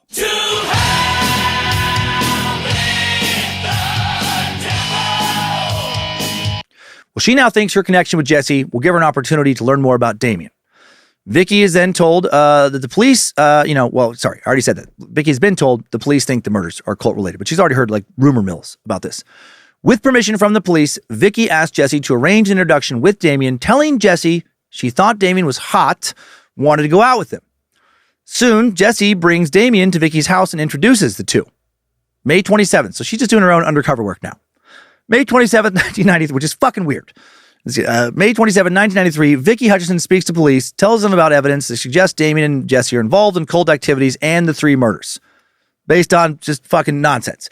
Vicky's 8-year-old son, Aaron, told the police that he often went to Robin Hood with the 3 murdered boys and that sometimes they saw 5 men sitting in a circle singing songs to the devil and doing what men and ladies do. He did not see this. His mom got him all worked up. He'll recant all of this years later. They both will. Years later, Vicky will tearfully break down when being interviewed for a documentary and profusely apologize for lying about so much shit.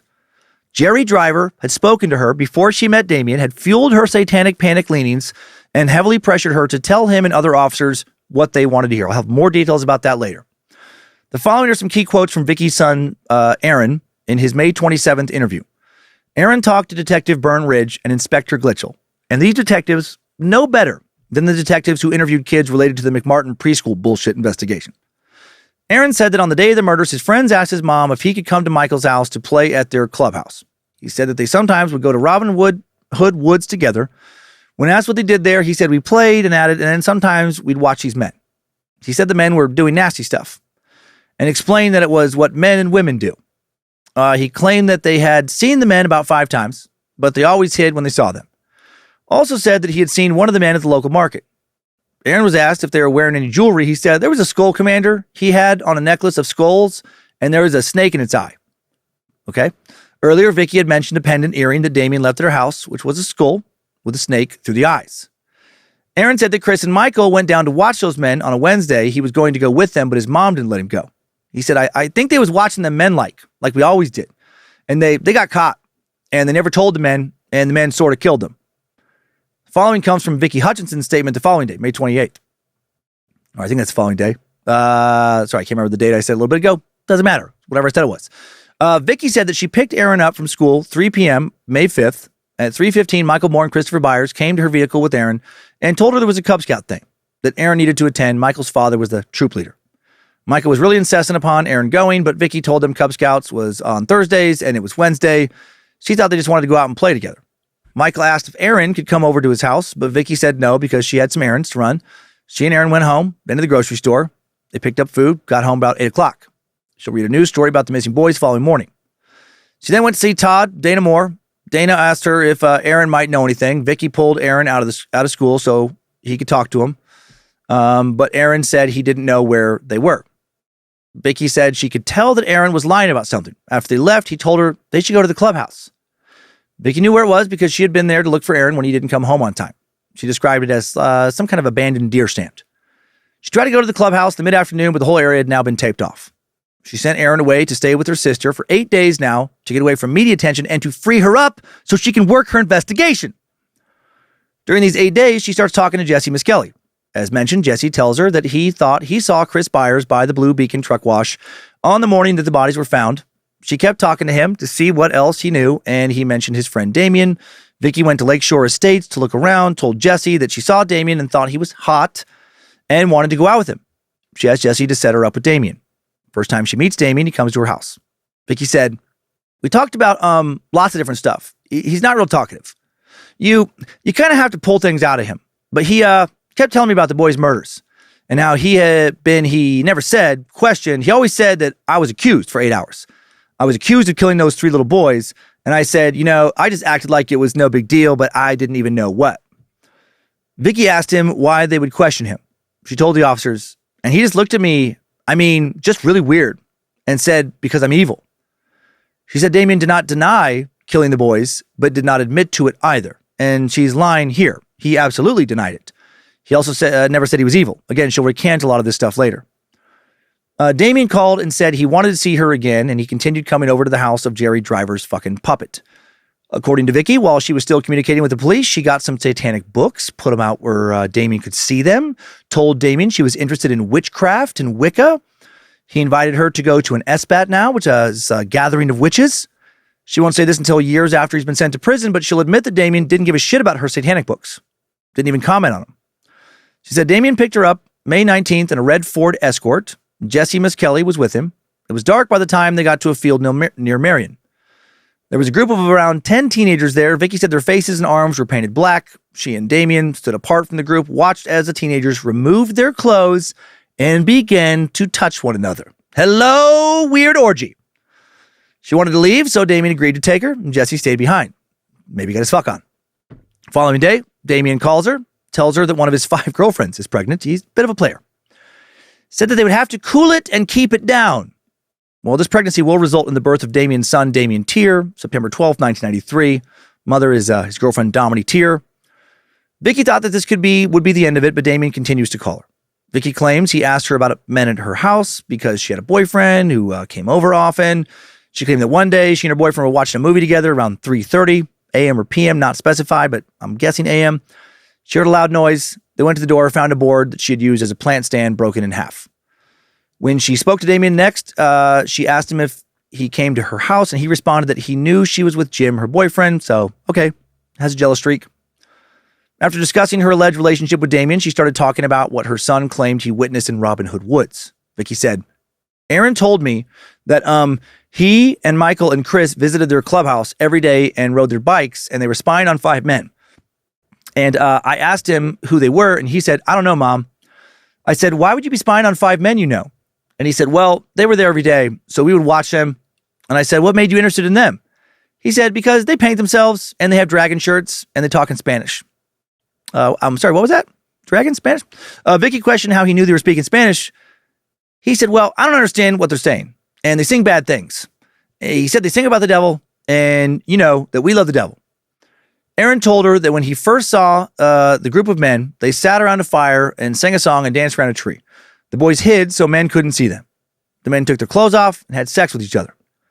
Vicky said she believed Aaron was telling the truth and that no one could have told him this story. What is interesting about this, Aaron may have seen something like what he's describing here on certain days. Might have seen some dudes having sex with one another. But the men he might have seen could have been Terry Hobbs and some of his friends, not Damien and his friends. Once we get to the trial, I will lay out my suspicions about Terry, which includes some possible rendezvous in the woods here. Most of them based on evidence presented in the West of Memphis documentary. Vicky takes a polygraph June 2nd. Her results indicate she's telling the truth. But again, these tests notoriously unreliable. Police pick up Jesse Miskelly for questioning on the morning of June 3rd, 1993. Police tell him there's a $35,000 reward for info leading to the convictions of the killers. Jesse initially denies participating in any satanic rituals or the murders. But Detective Bill Durham told another West Memphis officer he strongly felt Jesse was, quote, lying his ass off. After hours of questioning by Inspector Gary Gitchell and Detective Byrne Ridge, questioning full of so many leading questions, where the detectives are feeding this developmentally, handicapped teen tons of fucking crime details and basically then adding, right? I mean, that could have happened, correct? Only then does Jesse confess that he, Jason, and Damien committed the murders. It's an infuriating confession when you listen to some of the footage. Despite being fed the narrative, investigators wanted him to parrot back to them. There are still a lot of problems with the statement. First, he said the boys were killed early in the day, but investigators believe they were killed at night, strongly. Remember earlier, John Mark Byers and his wife Melissa said they saw their son Chris at 5:30 that night. There will be other witnesses who saw Chris and his friends riding their bikes at 6:30. So they were still alive by 6:30 p.m., just not killed earlier in the day. Jesse also said they were tied up with rope, but they were tied up with shoelaces. Also, these investigators coached Jesse for up to 5 hours before they started to record his confession. In his recorded confession, Jesse said that he was in Robin Hood Woods with Damien and Jason. He saw Damien hit Chris Byers in the head, quote, with his fist and bruised him all up real bad. And then Jason turned around and hit Steve Branch.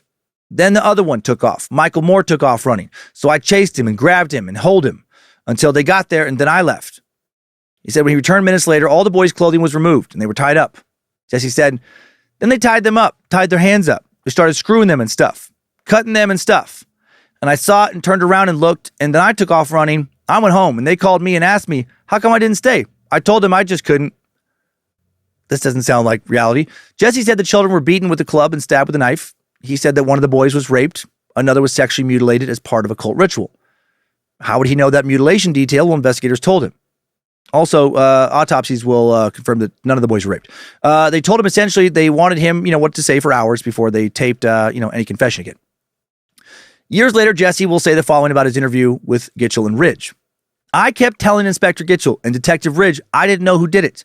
I just knew of it, what my friend had told me. But they kept hollering at me. They kept saying they knew I had something to do with it because other people had told them.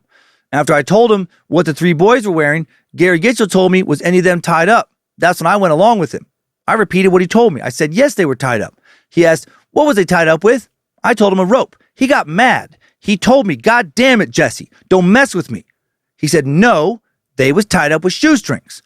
I had to go through the story again until I got it right. They hollered at me until I got it right. So whatever he was telling me, I started telling him back. But I figured something was wrong, because if I'd have killed him, I'd have known how I done it. Jesus Christ. Here are more details from Jesse's coerced confession. Jesse said that Jason had a knife and cut one of the boys in the face, and another boy was cut at the bottom. He confirmed that Chris Byers was cut on his genitals. In his recorded statement, he said he was in the woods around noon and that the boys skipped school, but this wasn't true, right? As verified by school attendance records and witnesses.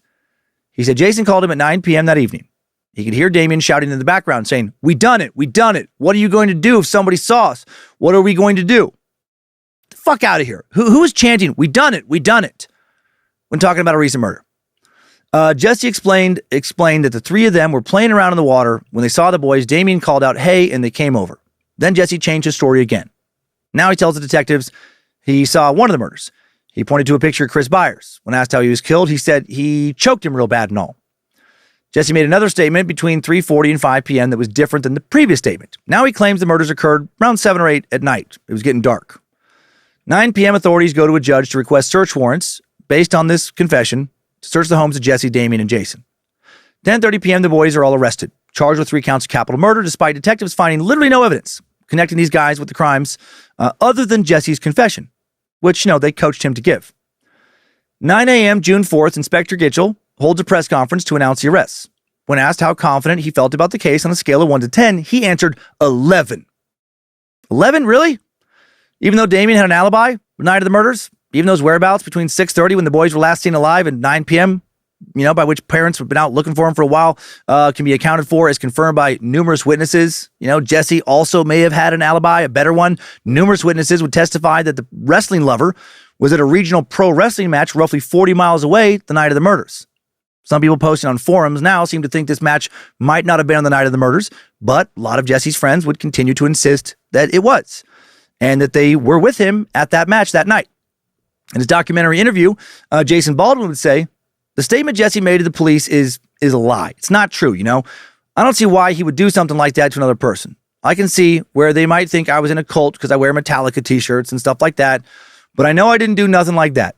I couldn't kill an animal or a person. I don't worship the devil or anything like that. I worship God, like everybody. Every normal person that's around here does.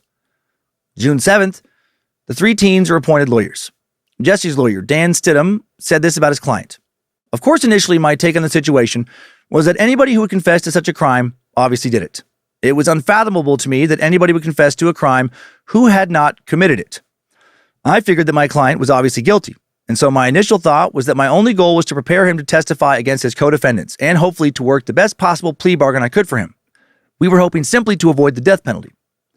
Stidham told journalist Mara Leverett that he was angry with Jesse at first because he continued to insist he had been lying when he made his confession. Whenever Jesse's father was around, he said he was innocent. But when his dad would leave and he was alone with Stidham, He would try to repeat the confession he gave to investigators, but with major inconsistencies. During a visit at the end of the summer, Stidham asked Jesse whether he was there or not, and Jesse said he was not. He said he lied about being there because he didn't want the death penalty, which doesn't even make any sense. This poor kid was so confused about all this. Those investigators somehow made him think that if he did not confess to the murders that he did not commit, he would be given the death penalty, and he was scared.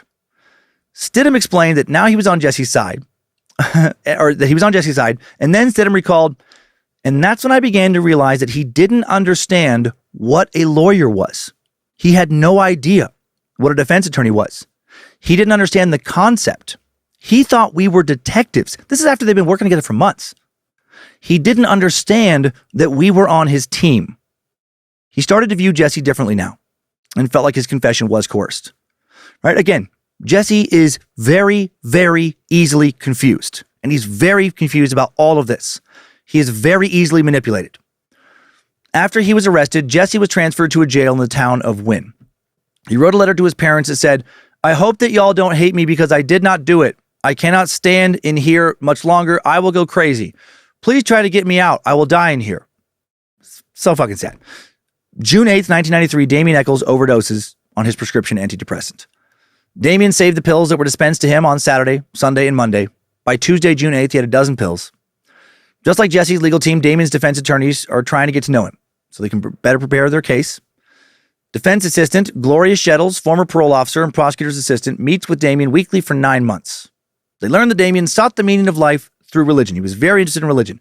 Grew up Protestant, converted to Catholicism, then shifted to pagan beliefs. Damien told Shettles that his family moved often when he was young. They were very poor. They sometimes lived in shacks with dirt floors and no plumbing. He talks about being bullied in school. By the time he was in high school, he said he started to carry around a dog skull he found because kids would not bother him when he did. He felt like being ridiculed for being weird was better than being ridiculed for things he couldn't control, and it was better to be mocked than it was to be beat up. He said he wore mostly black clothing just because someone once told him he looked good in black, and he wore a trench coat because he thought it was cool. He put white powder on his face and wore dark sunglasses to make himself look like a vampire because he thought vampires were cool. Also told his defense about how he, Jason, and his girlfriend, Dominique, were harassed by the police for a year and a half leading up to the murders. Claimed that juvenile probation officer Steve Jones fed him information about the murders and told him someone urinated in the mouth of one of the victims. Then when the police asked Damien what he knew about the murders, he shared that detail. The West Memphis police then denied that Steve Jones had that info and said only someone at the crime scene would know it. He felt like he was set up. That did not come from the autopsy report. However, 2 documents from early in the investigation showed Inspector Gitchell and an unidentified official referencing Dr. Frank Pretty's statement, referenced Dr. Pretty's statement that urine was found in the victim's stomachs. June 9th, 8-year-old Aaron Hutchinson speaks to the police again. He now tells them he witnessed the murders of his 3 friends. During his interview, he said, Tuesday, Jesse told me that something was going to happen to my friends. Again, he's just fucking talking shit. Inspector Gitchell asked what happened after Jesse said something was going to happen to the boys. And Aaron said, all right, about after that, he ate, you get your friends and I'll get mine and we go down there and do something. Okay. Again, he said that his friends asked his mom if he could go with him. Vicky said no, but once he got home that evening, he went to Robin Hood Hills on his bike anyway, which is very different than his previous story. Michael and Chris are already there. Stevie arrived late, he said. Aaron said that Jesse saw Stevie and caught him.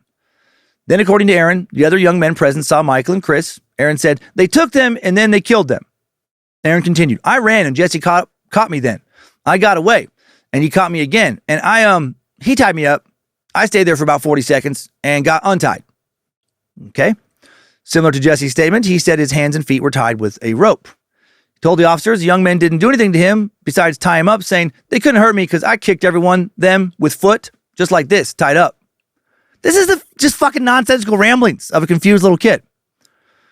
He said that Michael and Chris were stabbed in the neck. He's just fucking happy that people are listening to him.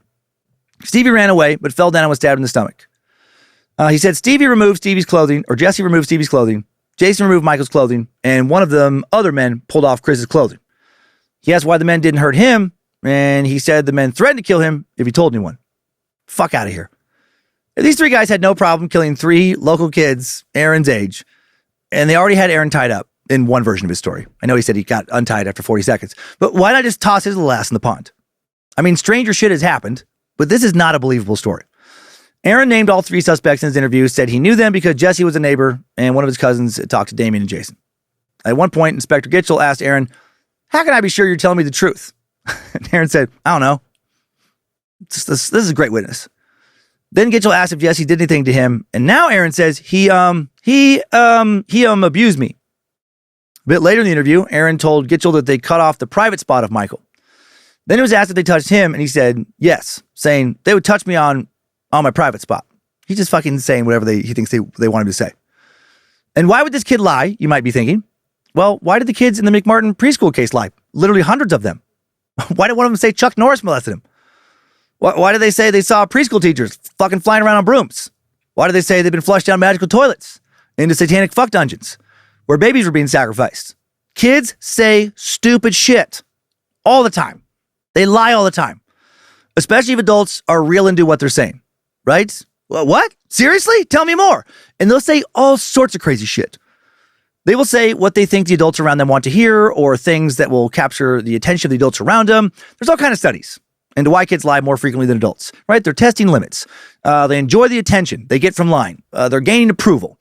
They confuse imagination with reality. Their brains are a long ways from being fully cooked. And on and on and on.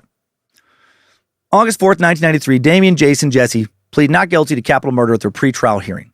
Judge David Burnett rules that Jesse should be tried separately from Damien and Jason.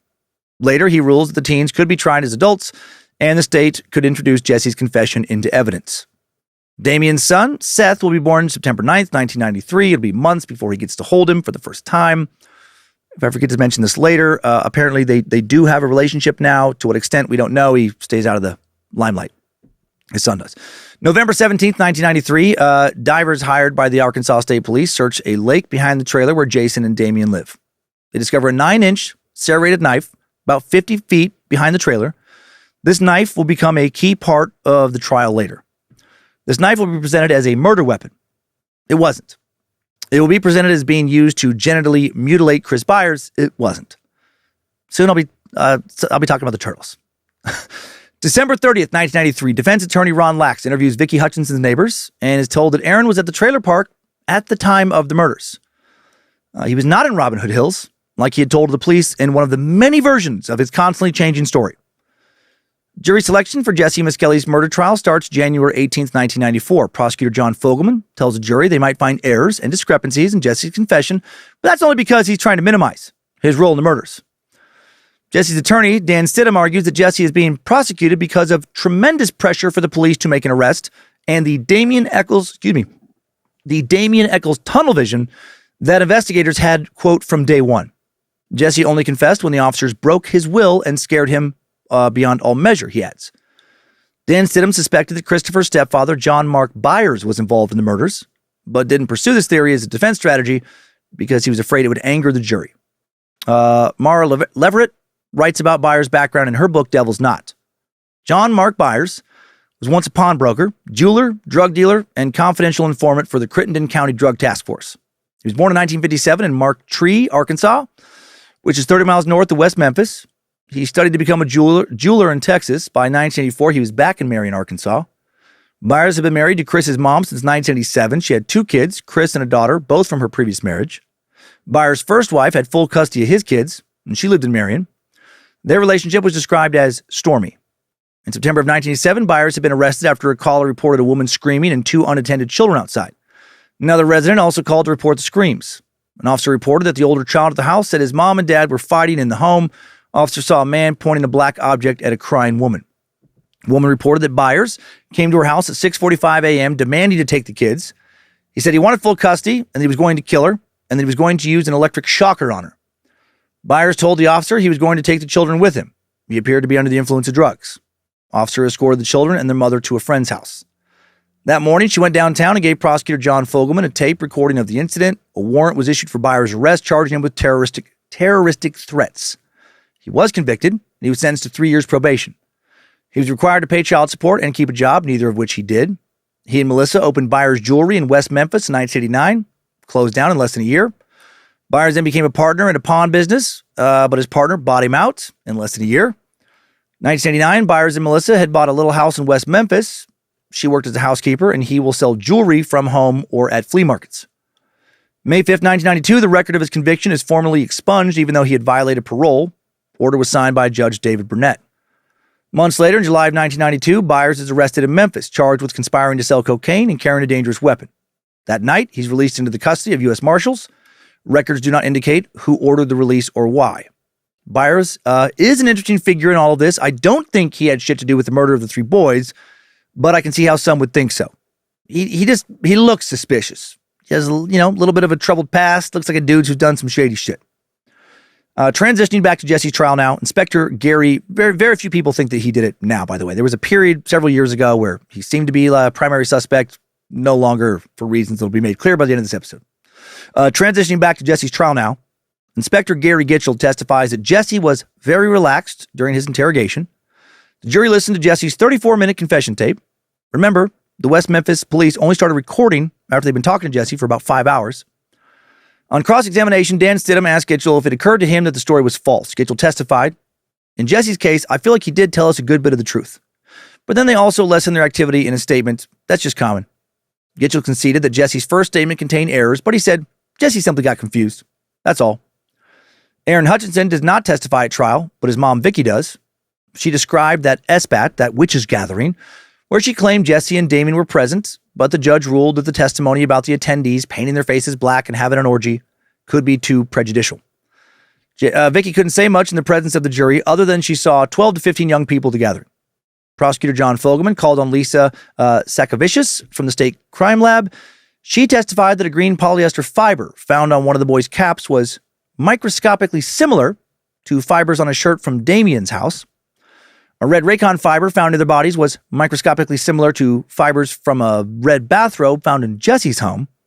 She admitted the results did not imply that the shirt or bathrobe was worn by the killers at the crime scene and that the fibers could have gotten there through secondary transfer. Then on cross-examination, and this is so important, she concedes that many fibers are microscopically similar and that, quote, the discovery proved nothing. So nice try, prosecution. But yeah, Damien's shirt, or some shirt at his place, had fibers microscopically similar to fibers found at the crime scene. She leaves out initially the fact that most shirts have fibers microscopically similar to the fibers found at the crime, or a lot of shirts, whatever. This is it could have been a fucking million different shirts. Dan Stidham focused on raising reasonable doubt. He didn't want Jesse to face cross-examination because of his low IQ, so the defense chooses to not have him testify. Stidham calls on detective and slash polygraph examiner Warren Holmes. Warren was a big get. He'd worked on cases like Watergate, the assassinations of JFK, Martin Luther King. Originally, Holmes was going to testify that he reviewed the polygraph results and found that Jesse truthfully answered all questions but one. That question related to his prior drug use.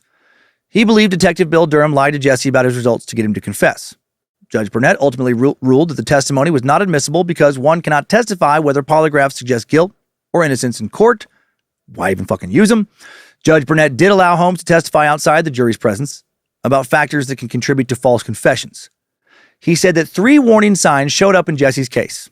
Having the subject tell the authorities nothing they don't already know, the subject making a confession that does not fit with the known facts, and the story of the crime not being told in narrative form. Holmes testified, quote, "And what I don't like about this confession is that most of it emanated from questions right off the bat, without any narrative of any length at all, without any descriptions about feelings or conversations or anything." Yeah, because he's just fucking trying to say what they want him to say. Holmes also said he didn't understand how Jesse messed up the time of day and the type of material used to bind the victims. He knew the difference between shoelaces and rope, and if he was involved, he would have known those details. In his opinion, this should have been a signal that something was wrong, and the investigator should have asked probing questions to determine if he was making this story up or not. Holmes testified that telling someone they failed the test can also lead to a false confession because they view the polygraph as a, quote, last hope. When they're told they're lying, quote, their will is beaten to a pulp and they just give up. Holmes testified about personality traits of people who are likely to make false confessions. Low IQ, highly suggestible, always attempting to solve the immediate stress factor, and assumes they can straighten things out later on. They want to get the interrogators off their back so they can go home.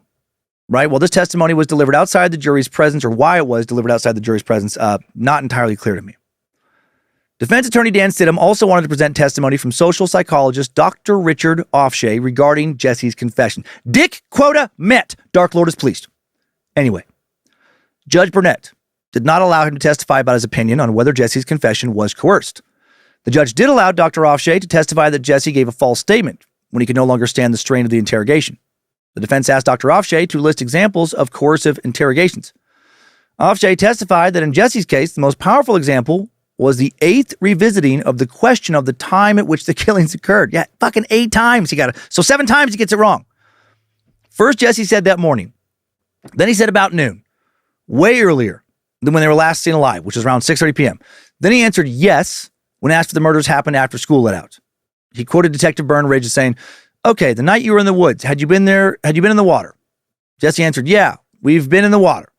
We went in it that night, playing around in it. This was the first time it was directly suggested that the correct answer was that the murders happened at night. Offshay testified that Jesse accepted this and then just started using the phrase at night going forward. Prosecutor Brent Davis asked Dr. Offshay, I don't know what the terminology in Berkeley, California is, but when the defendant identified who it was who was castrated, when he indicated that one of the boys was cut in the face, you don't know, and you can't give an opinion that any of those questions were coercive in nature, can you? Offshay answered, no, I can't, because the record that we are dealing with is very incomplete, because this part of the record is preceded, as everyone agrees, by hours of interrogation, in which many subjects were discussed, for which we have no record. February 5th, 1994. Jesse Miskelly convicted. Based largely on the strength of this bullshit confession of 1 count of first-degree murder for the death of Michael Moore and 2 counts of second-degree murder for the deaths of Chris Byers and Stevie Branch, and he is sentenced to life in prison plus 40 years.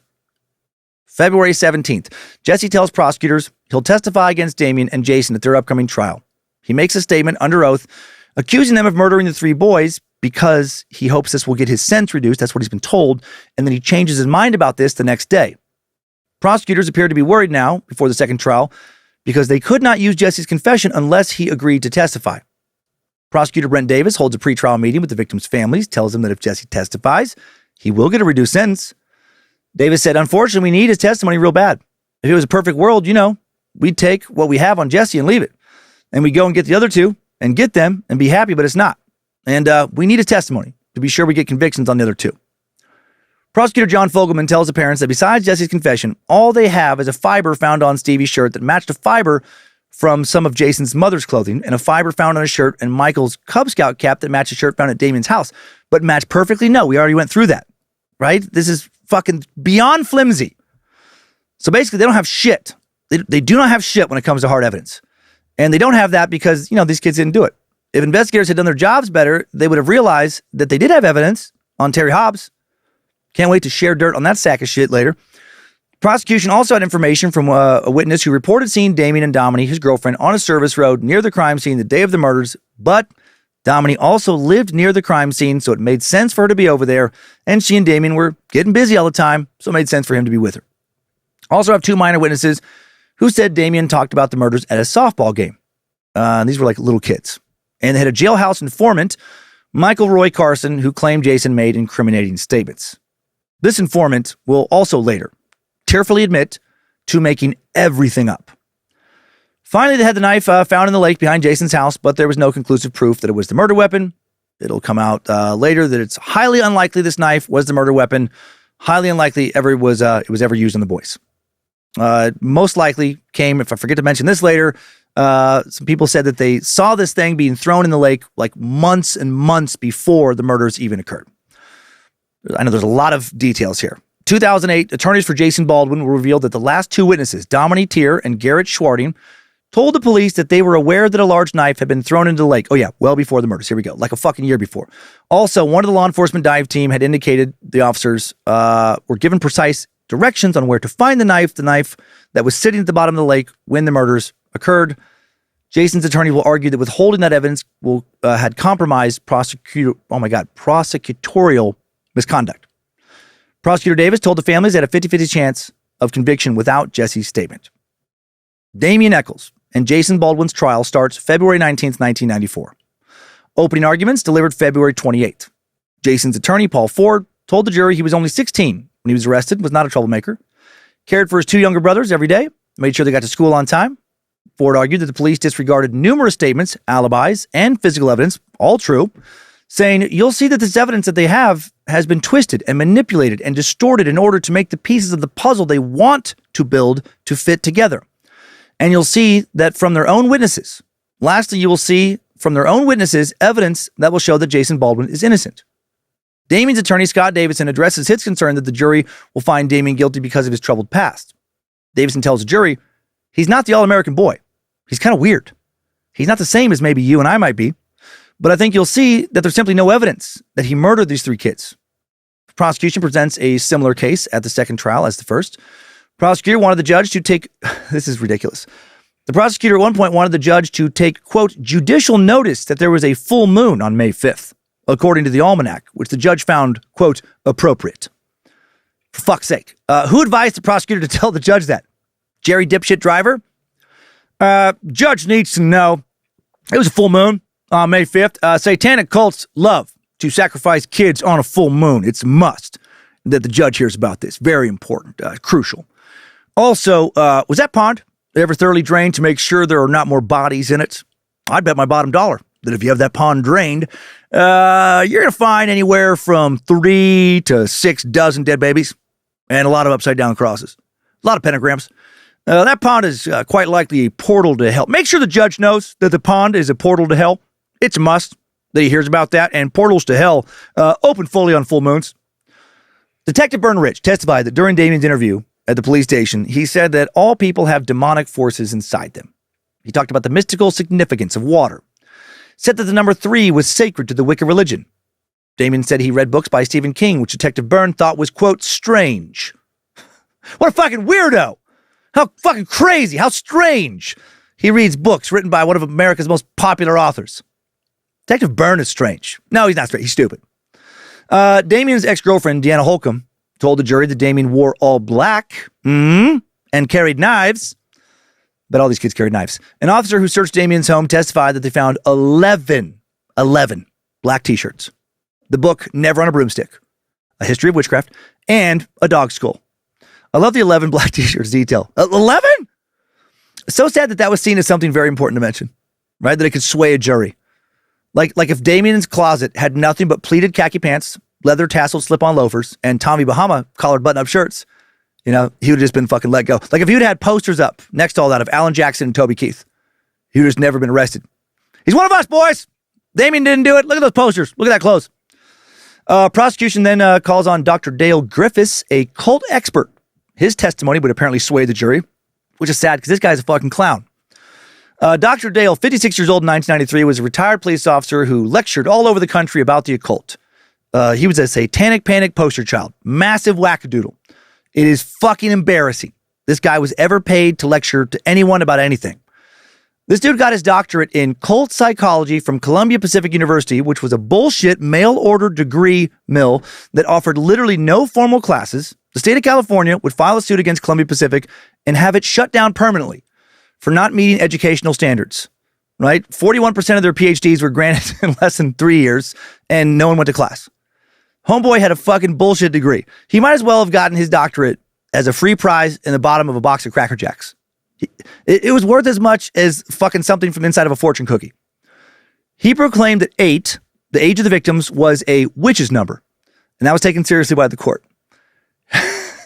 He claimed to have given lectures on the occult to over 38,000 police officers worldwide. This guy, not long after this trial, he will help write a book called Secret Weapons, Two Sisters' Terrifying True Story of Sex, Spies, and Sabotage. This is a book about 2 women who claimed that the CIA kidnapped them when they were like little kids, like, 4 or 5 years old, brainwashed them, and then used them as child transvestite sex slaves. And this book was marketed as a true story. So yeah, this guy's an expert witness. This is a guy who believed that the musical Schoolhouse Rock was satanic. This is good shit. They got a lot of great minds working on this fucking case. I bet he and Jerry Driver got along great. Man, those 2 guys love to have beers together. Dr. Wackadoodle Dipshit testified that the number 3 was one of the most powerful numbers in the practice of satanic belief. Griffith said that the 3 defendants were using the trappings of occultism during this event. He pointed to the phase and time of the moon and the removal of blood as the satanic trappings he spoke of. There was no evidence, by the way, that blood had been removed from the victims. Zero evidence, but it got talked about a lot in trial. It was just an assumption since they didn't find a bunch of blood around the pond. When asked about the significance of sucking blood, he said, blood is the life force. And usually they will take. They prefer to have a child that is young, very young. And the younger, the more innocent, the better the life force. Prosecutor John Fogelman asked Dr. Griffiths if he noticed a particular type of dress typical of people involved in the occult. And he was like, yes. He said, black nails, black hair, black t-shirts, and occasionally tattoos. Oh, no! I'm fucking just a little bit of nail polish away from being a satanic poster child. I guess I don't have a black t-shirt on today, but most days I do. Dr. Griffiths testified about a book seized from Damien's bedroom that had a pentagram on it, which he said was a Wiccan symbol. One of the front inside pages had a pentagram with a upside down crosses around it, which comes from black witchcraft. Chapter called Rise of the Devil was underlined in red, and some sentences in the chapter did reference the life force of blood. Oh yeah, he was curious about this kind of stuff. Prosecutor Brent Davis had Dr. Frank Peretti, the medical examiner, look at the knife found in the lake behind Damien's house, and Peretti agreed that the wounds found on Chris Byers, very consistent, very easily could have come from the serrated part of this knife. Peretti said the knife wounds on Chris's genitals were ante-mortem, as in happened before death. 6 other forensic pathologists will later refute all of this. On cross-examination, Peretti did concede that Chris's wounds were equally consistent with another serrated knife that was presented at trial, one that belonged to John Mark Byers. Basically, Peretti stated by the end of his testimony, any knife with a serrated edge could have made the wounds on Chris. They're just fucking grasping. The defense did get Peretti to acknowledge that Jesse's description of the murder in his confession was not confirmed by his medical findings because the boys were not strangled, had not been raped, and not tied up with rope. That alone's fucking huge. Jury doesn't care. They've made up their minds. They made up their minds at the beginning of the trial. Defense attorney Paul Ford asked Dr. Peretti questions about the genital mutilation of Chris Byers. Dr. Peretti said it would take a razor or a sharp knife to do it. Ford asked him how long it would take him to do it, and Peretti estimated it taking about 5 to 10 minutes in a laboratory setting. Ford asked Peretti if he could do it in the dark or in water. Peretti acknowledged that'd be pretty difficult. Ford then asked Peretti how much blood is in the human body and if blood soaks into the ground. And with his knowledge of the amount of blood lost by all 3 victims, did he have an opinion about whether the killer could have cleaned up that amount of blood in the dark? No blood being, found in the pond was a big discussion point of the trial, indicative to many that a cult ritual should have gone down. Or it was indicative of the kids being killed somewhere else, then their bodies dumped in that pond. That's a much more reasonable possibility. Peretti answered, I think it'll be quite difficult to do, to have injuries of this nature without having any blood. I mean, that's, I would question that about the blood, unless it happened in the water or it happened some other place. Yeah, exactly. 16-year-old Michael Roy Carson, who spent time in jail with Jason Baldwin, now testifies that Jason admitted that he dismembered the kids and sucked blood from one of the victims' genitals. This is the jailhouse informant I mentioned earlier that definitely lied. Carson testified that he was in the Crittenden County Juvie for burglary in August of 1993. He said that he and Jason Baldwin were playing spades with the group and he wanted to get to know people. He asked Jason if he committed the murders. Said Jason denied it during that first conversation. Next day, he asked Jason again if he did it and said it would stay between them. No one else was around. Jason allegedly now said yes and then went into great detail about how he killed them and sexually assaulted them. Michael told the court shit like, quote, Jason told me how he dismembered the kid. He sucked the blood from the penis and the scrotum and put the balls in his mouth. And the jury ate these details up.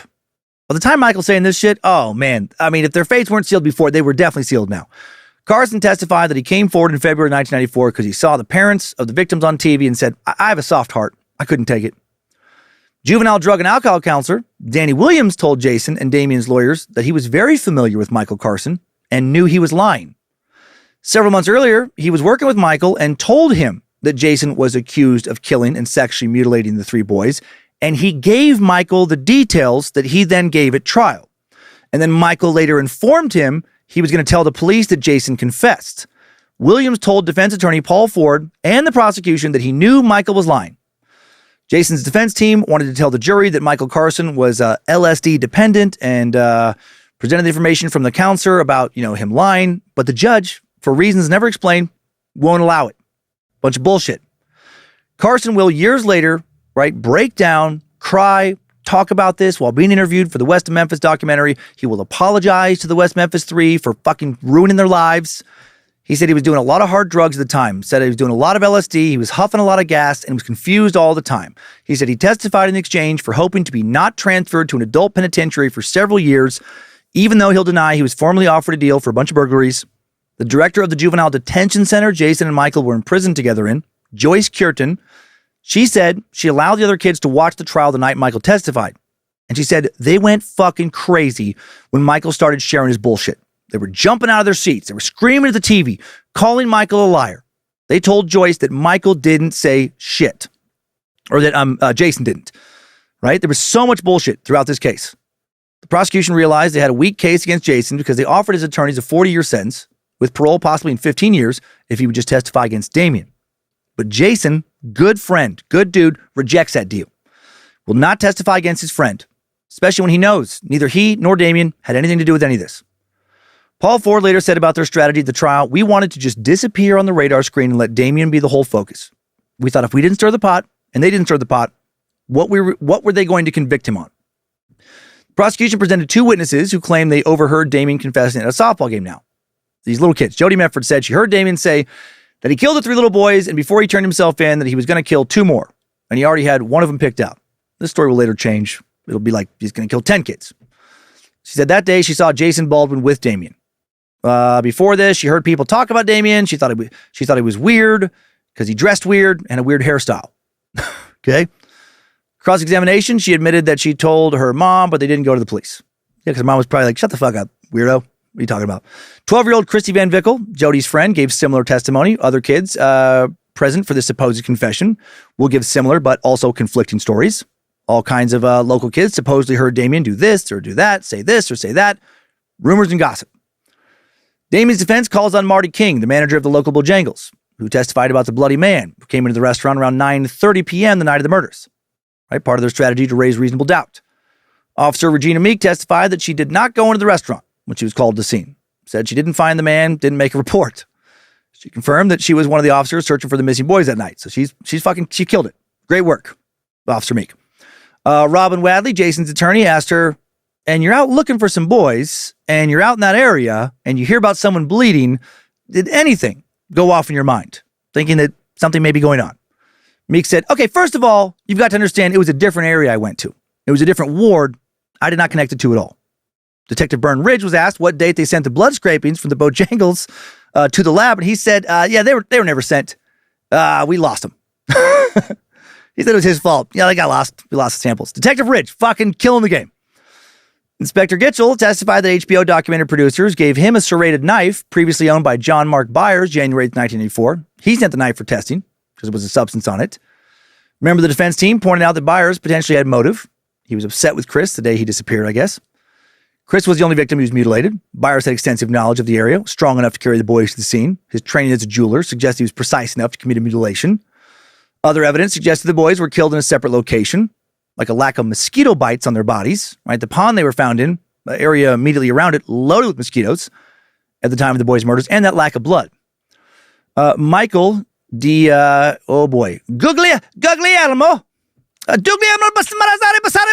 so I don't know. DNA expert testified there was a small amount of what looked like blood in a crevice where the knife folds. The DNA testing was inconclusive because Byers and Chris had the same blood type. When asked how human blood got on the knife, Byers said he cut his thumb. Damien's defense chose to have him testify. Damien explained that Wicca religion, or he tried to explain what it was to the jury, saying basically it's close involvement with nature. He said, I'm not a Satanist. I don't believe in human sacrifices or anything like that. When asked why he had a dog skull in his room, he said, I just thought it was kind of cool. When asked why he had evil tattooed across his knuckles, he testified, I just kind of thought it was cool, so I did that. Damien testified that he had different interests than most people his age. It was a defense mechanism to be different, so people would stay away from him. Damien explained that he purchased the book Never on a Broomstick, which was found in his room at the Crittenden County Library when they were having a book sale. He read quotes from his personal notebook, said that one quote that people had a problem with came from the play Midsummer Night's Dream, my God. So, Shakespeare.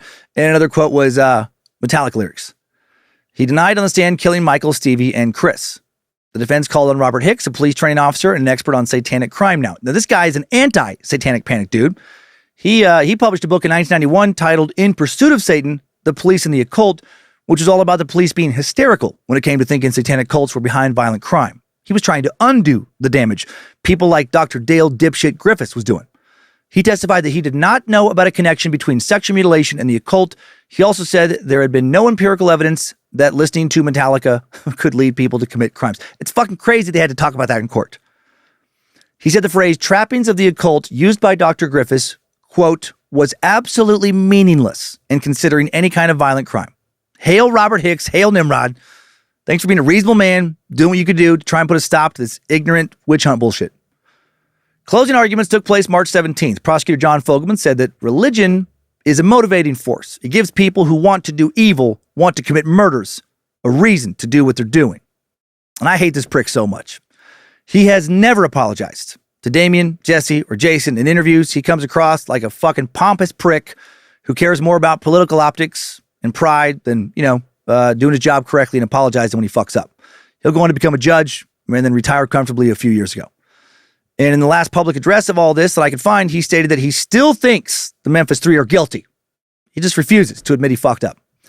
He told the jury, you see inside Damien and you look inside there, there's not a soul there. Damien's attorney, Val Price, emphasized that the jury needed to find him guilty beyond a reasonable doubt, and that having weird things in your room doesn't mean you're guilty of murder. On March 18th, 1994, the jury finds Damien and Jason guilty of capital murder for all three deaths. Being a kid who listened to Metallica and read Stephen King, a kid who struggled with mental illness, was fascinated by blood magic, and was Wiccan, that was enough for the jury. Add all the genital mutilation talk, and I'm sure they would have voted in favor of burning these motherfuckers alive. March 21st, 1994, the jury sentences Jason to life in prison and sentences Damien to death. His execution is set for May 5th, but he'll receive an automatic appeal. All three defendants file appeals May of 1994. On February 19, 1996, the Arkansas Supreme Court issues a decision upholding Jesse's conviction. June of 1996, HBO releases a documentary about the case titled Paradise Lost, The Child Murders at Robin Hood Hills, which puts a national spotlight on the West Memphis Three. The documentary will suggest that they were wrongfully convicted. Paradise Lost will win an Emmy for Outstanding Achievement in Informational Programming in 1997. Producers Joe Berlinger and Bruce Sinofsky would follow the case for almost 2 decades and produce 2 more documentaries about the West Memphis Three. Berlinger told the AV Club in 2012, in the first film, there was no advocacy impulse that sent us down to West Memphis, Arkansas originally. We thought we were making a film about disaffected youth, about kids who had done something rotten. Basically, we thought they were guilty because the local press reports coming out were very one-sided. But then they discovered numerous problematic issues with the case during filming. Berlinger said several months into the process, most notably when we finally got access to the West Memphis Three, Bruce and I felt there was something not quite right.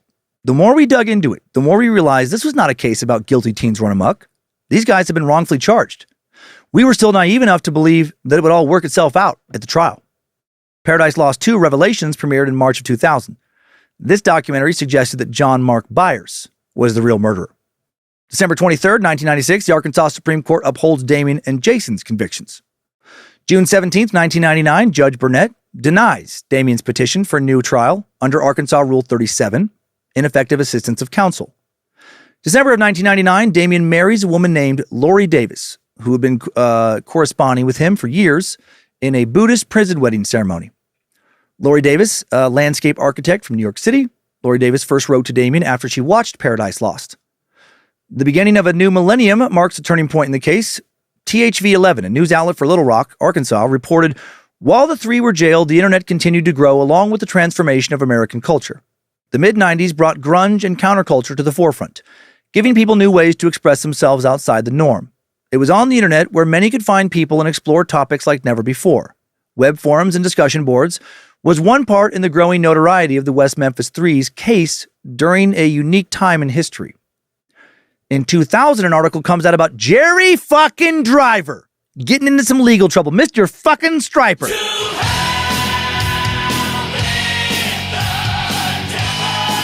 September 27th, 2000, the West Memphis Evening Times reported the following.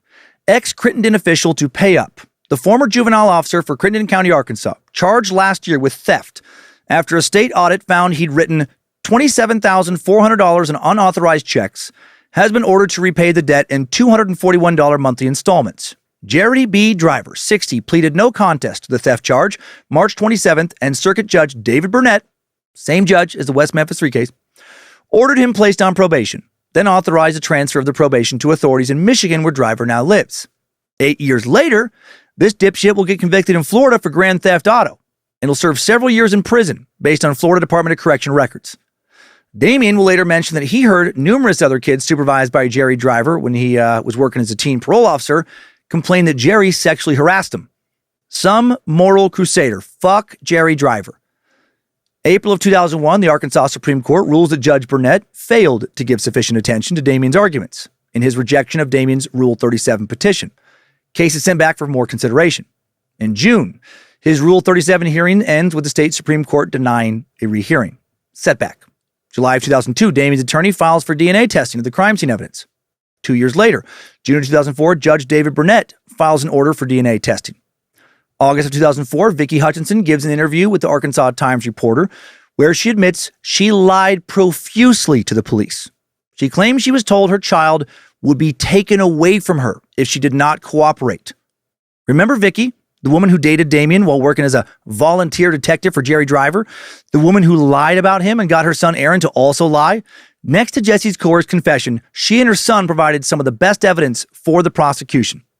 Her son Aaron will say that he was tricked. He was no longer sure he saw the murders and thought that it was possible, quote, his mind played tricks with him during a period of severe trauma. Vicki told the Times reporter, I guess I'm the whole reason Jesse's locked up. And that makes me very, I can't tell you what it does to me. And that's why I'm doing this now. I have to clear my conscience, not just for me, but for God. I can't live like this anymore with this on my shoulders. She wasn't just one of the main reasons that Jesse got locked up. She's one of the main reasons all three of these kids got locked up. 2007, some crime scene DNA is finally tested, and authorities confirm the DNA does not match Damien, Jason, or Jesse. However, some hair found on a knot used to tie up one of the boys was not inconsistent with Stevie's stepfather, Terry Hobbs. DNA found on one of the shoelaces matches Hobbs' DNA. It only matched 1.5% of the population. A second hair, found on a tree stump near the bodies, matched David Jacoby, close friend of Hobbs. That year, John Mark Byers now tells the media he believes the three men were wrongfully convicted, also publicly states Terry fucking Hobbs did it. That year, the Free the West Memphis 3 movement revives interest in the case.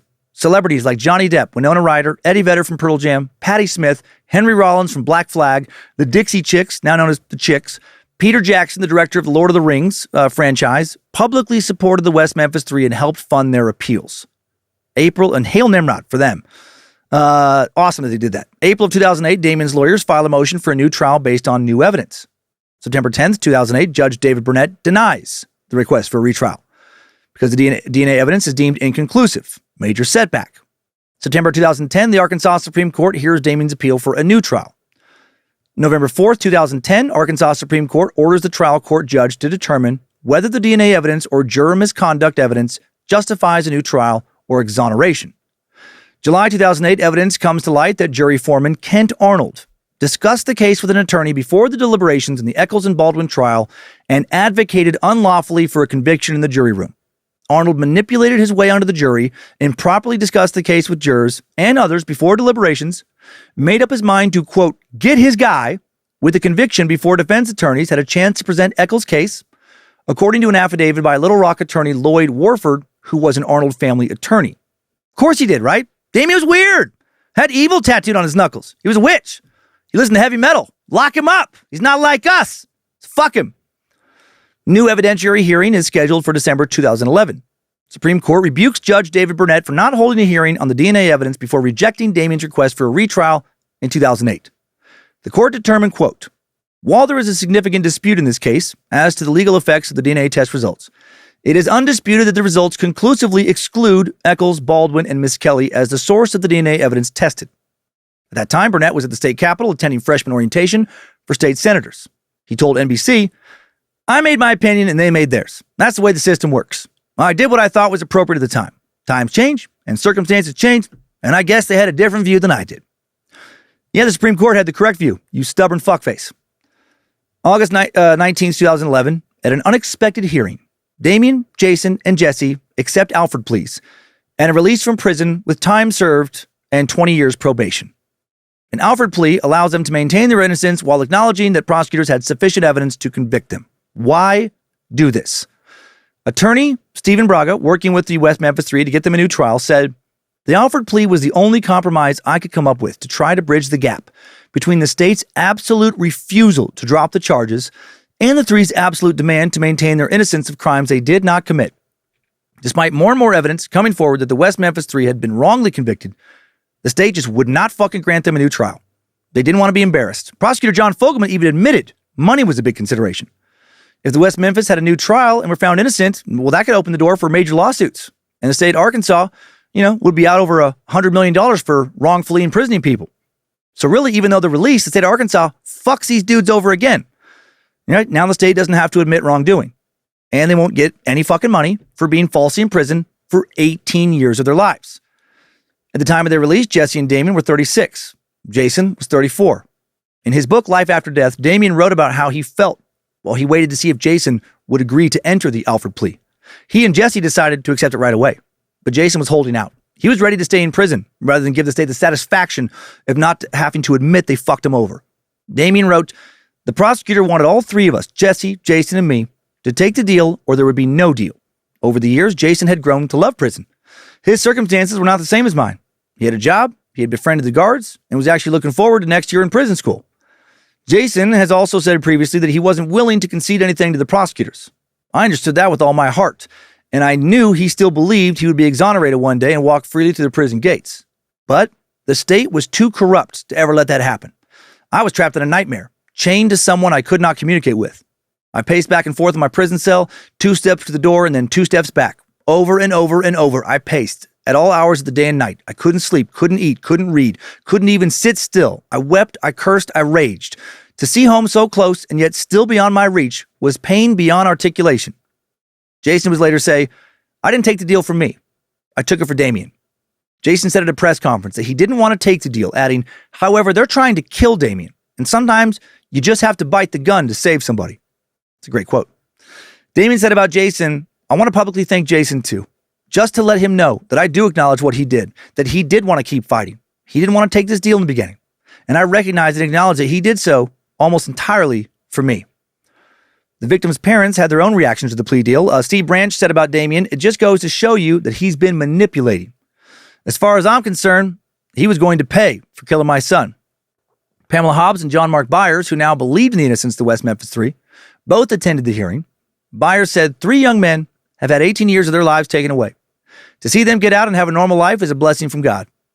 All 3 men attended the premiere of Paradise Lost 3, Purgatory, at the New York Film Festival, October 10th, 2011. In 2012, their legal team offered a $200,000 reward for new information leading to the real killers.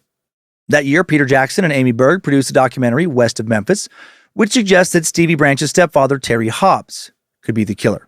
If you haven't seen that doc, holy shit, does it make a compelling case for Terry's guilt. Let's talk about that motherfucker.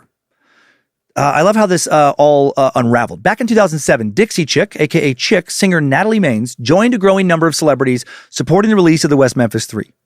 And she was a bit more vocal than some of the others when it came to, who she thought did it. She thought Terry Hobbs killed those kids. Her letter seeking donations for the trio's legal defense fund mentioned a DNA test that found a hair belonging to Hobbs on a shoelace used to bind one of the murdered boys. And that was enough for Terry to sue her for defamation. And as part of this defamation case, Terry had to answer questions in a legal deposition. A private investigator, Rochelle Geiser, did her due diligence when it came to making a case that there was enough evidence to suspect that Terry did it, and therefore Natalie Maines did have a right to suspect him. This PI met Terry at his house, talked with him, and when he went to go use the bathroom, swiped some of his cigarette butts to have his DNA secretly tested. That DNA was found to be a direct match to DNA that came from a hair found on Michael Moore's ligature at the crime scene. Now, not his stepson, Stevie's ligature, but Michael's. Why would his DNA turn up on his son's friend's, dead body like this? One way would be from, him tying Michael up and killing him. This is the best crime scene evidence linking anyone to the crime scene anyone has uncovered thus far. Terry was now asked to voluntarily give his DNA to formally clear himself of suspicion, but he doesn't do that. Why not? Maybe because the DNA that the PI grabbed couldn't be used in criminal court. But if he had the state collect it, they could use it against him.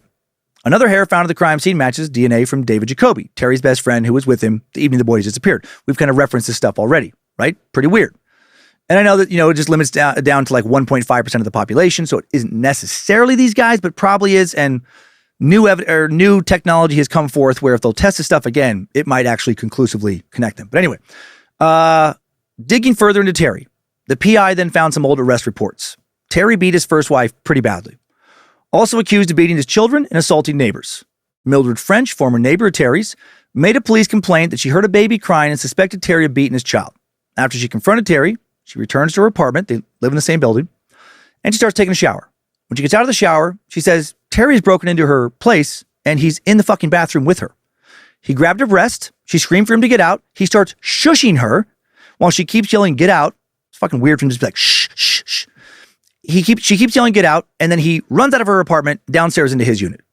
Also, November of 1994, more than a year after the murders of the 3 children in West Memphis, Hobbs gets into an altercation with his wife, Pam. Hits her in the face. Later that same night, his brother-in-law, Jackie Jr. Hicks, comes over, and they get into an altercation, and Terry fucking shoots him. Terry Hobbs will later state he shot Jackie Jr. in self-defense. Jackie Jr. will survive the shooting, but will die years later as a result of complications pertaining to his injuries from the shooting. Hobbs gets sentenced to 6 months in prison for aggravated assault. And there's so much more about Terry. Pam will later say that Terry used to complain a lot about how she paid more attention to her son Stevie than she did to him. A whole bunch of family members and family friends, even Terry's best bud, David Jacoby, will speak with documentary producers and others about how Terry did not like Stevie, was jealous of him. They all agreed he used to beat Stevie far more than other kids. Terry was witnessed disciplining Stevie by making him stand and raise his hands high up in the air. Then he'd grab Stevie by his fucking hair on the top of his head, pull up so he's on his tippy toes, and wail his ass with a belt, hard enough to leave marks. He admits to that in the deposition. There's more. There's so much more. Stevie's aunt, Judy Sadler, just 8 years older than Stevie, said that Stevie told him not long before he was killed that Terry was coming into his room at night when he's trying to go to sleep and would make him watch him masturbate. Judy also suspected Terry of sexually abusing Stevie's sister, Amanda. And now check this out. This is real incriminating if true. Another one of Stevie's aunts, Jo Lynn McGaughy, alleged that she saw Terry Hobbs doing laundry on the night of the murders. She was in the Hobbs home that night, suspects he was doing that to wash the blood and mud off his clothes after he killed the boys. She also said she saw him with bleach, said he went into Stevie's room to clean with bleach. This was all memorable to her because prior to this, she had literally never seen Terry clean a goddamn thing a single time in his fucking life. Terry denied doing laundry or cleaning the day of the murders. Then Pam, Stevie's mom, remembered that Terry changed clothes that night, found that atypical. Did I mention that Terry was never a suspect? Police barely spoke with him after the kids were killed. Why bother when they knew Damien, Jason, and Jesse did it, right? They didn't pursue Terry because they were blinded by satanic panic nonsense. Then Stevie's mom, Pam, stated that one of Stevie's pocket knives, this is big, which he always carried with him, a knife she was certain Stevie had on him the day he was murdered, later found among Terry's possessions after she and Terry got a divorce. So much shit pointing to Terry being the killer. Years after the murders, 3 young men will claim that a nephew of Terry's told them that Terry's involvement in the murders was a family secret. 20-year-old Blake Sisk called a tip line, December 11, 2011. He'd been a friend of Michael Hobbs Jr., nephew of Terry Hobbs. Michael lived in Mountain Home, Arkansas, where his dad, Michael Sr., Terry's brother, ran a restaurant. He said that when he was 12 or 13, he and Michael Jr. playing football in the yard. When they're done, they go inside. They go down into the basement to play some pool.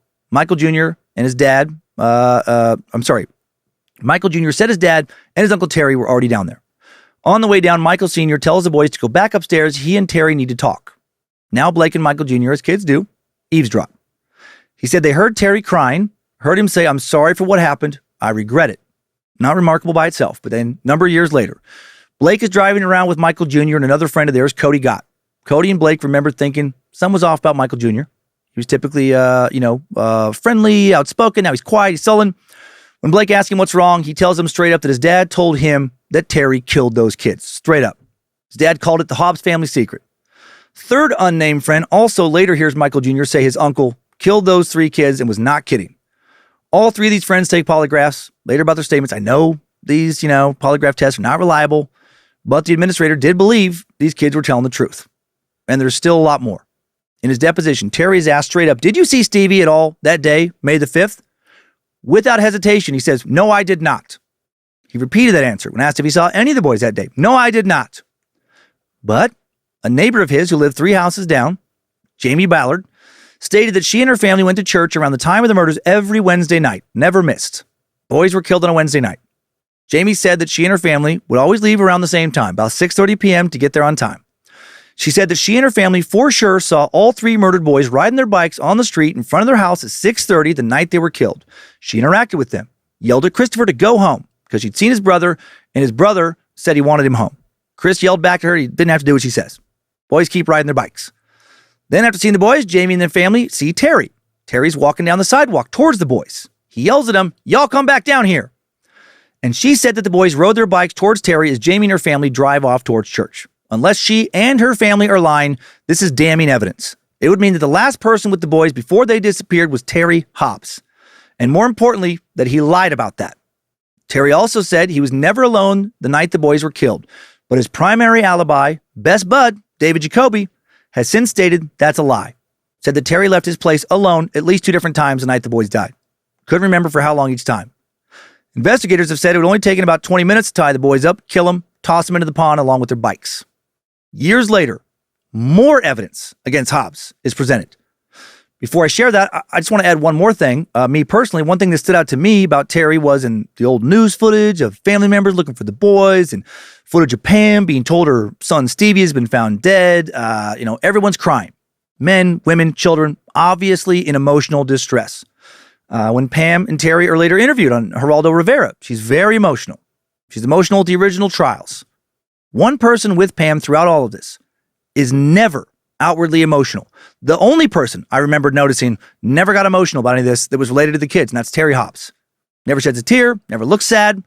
I know that doesn't equate to guilt, but it's fucking suspicious to me.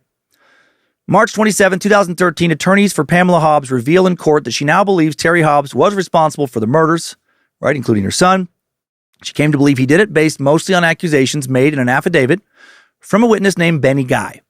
Benny claimed that there were 4 people involved in the murders of the 3 boys, and 2 of the killers had confessed to him. He said a man named Buddy Lucas confided in him a year after the murders. Guy's affidavit stated, "I asked, 'What did you do?'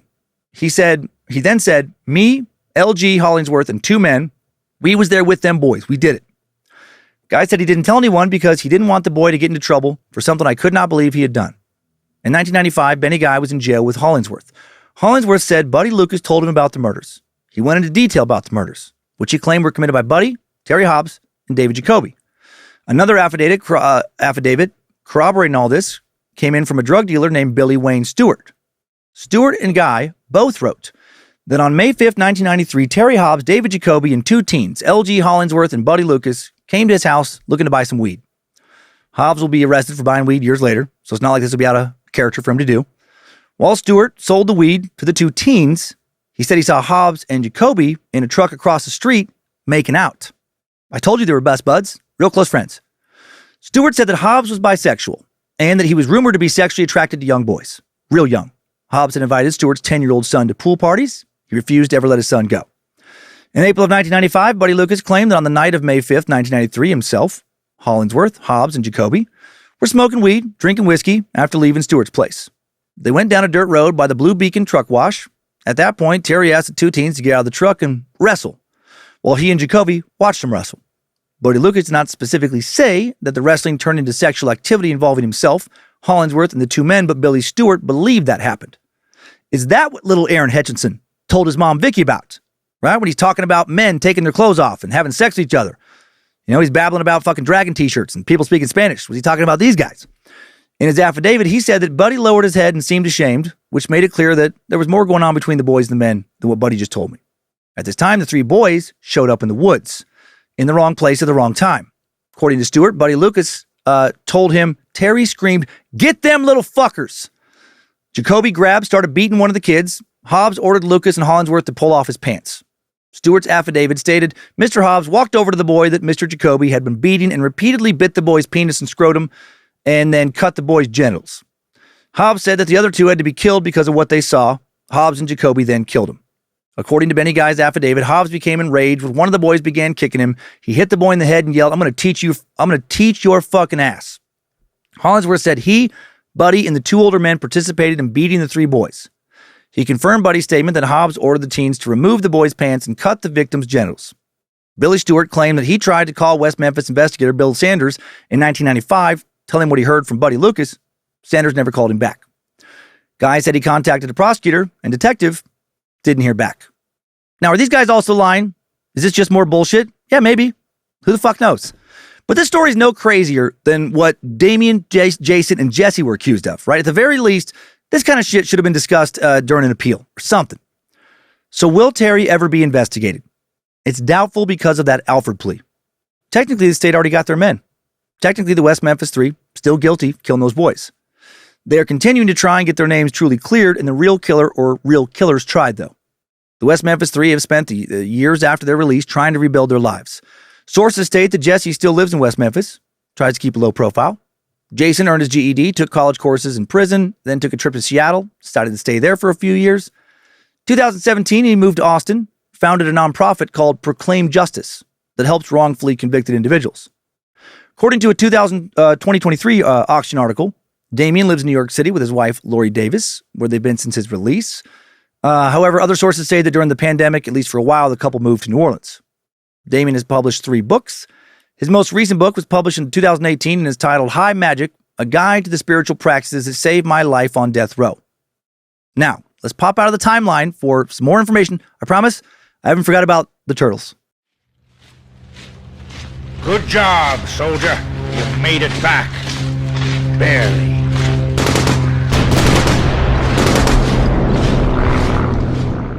Before I share a quick word about turtles and genital mutilation, seriously, I will, another quick sponsor. Howdy, cowboy. I don't know about you. When I finished a hard day's ride, I'm hungry enough to eat a live rattlesnake and wash it down with the dadgum serpent's venom. Fortunately, I don't have to do that, because whenever I ride, I take with me a hefty can of Billy Suff's No Beans Sunbreast Chili. A man needs meat, and Billy Suff knows that as well as anyone. You can take your beans and you can feed them to your horse. Me, I want meat for my ride-in treat.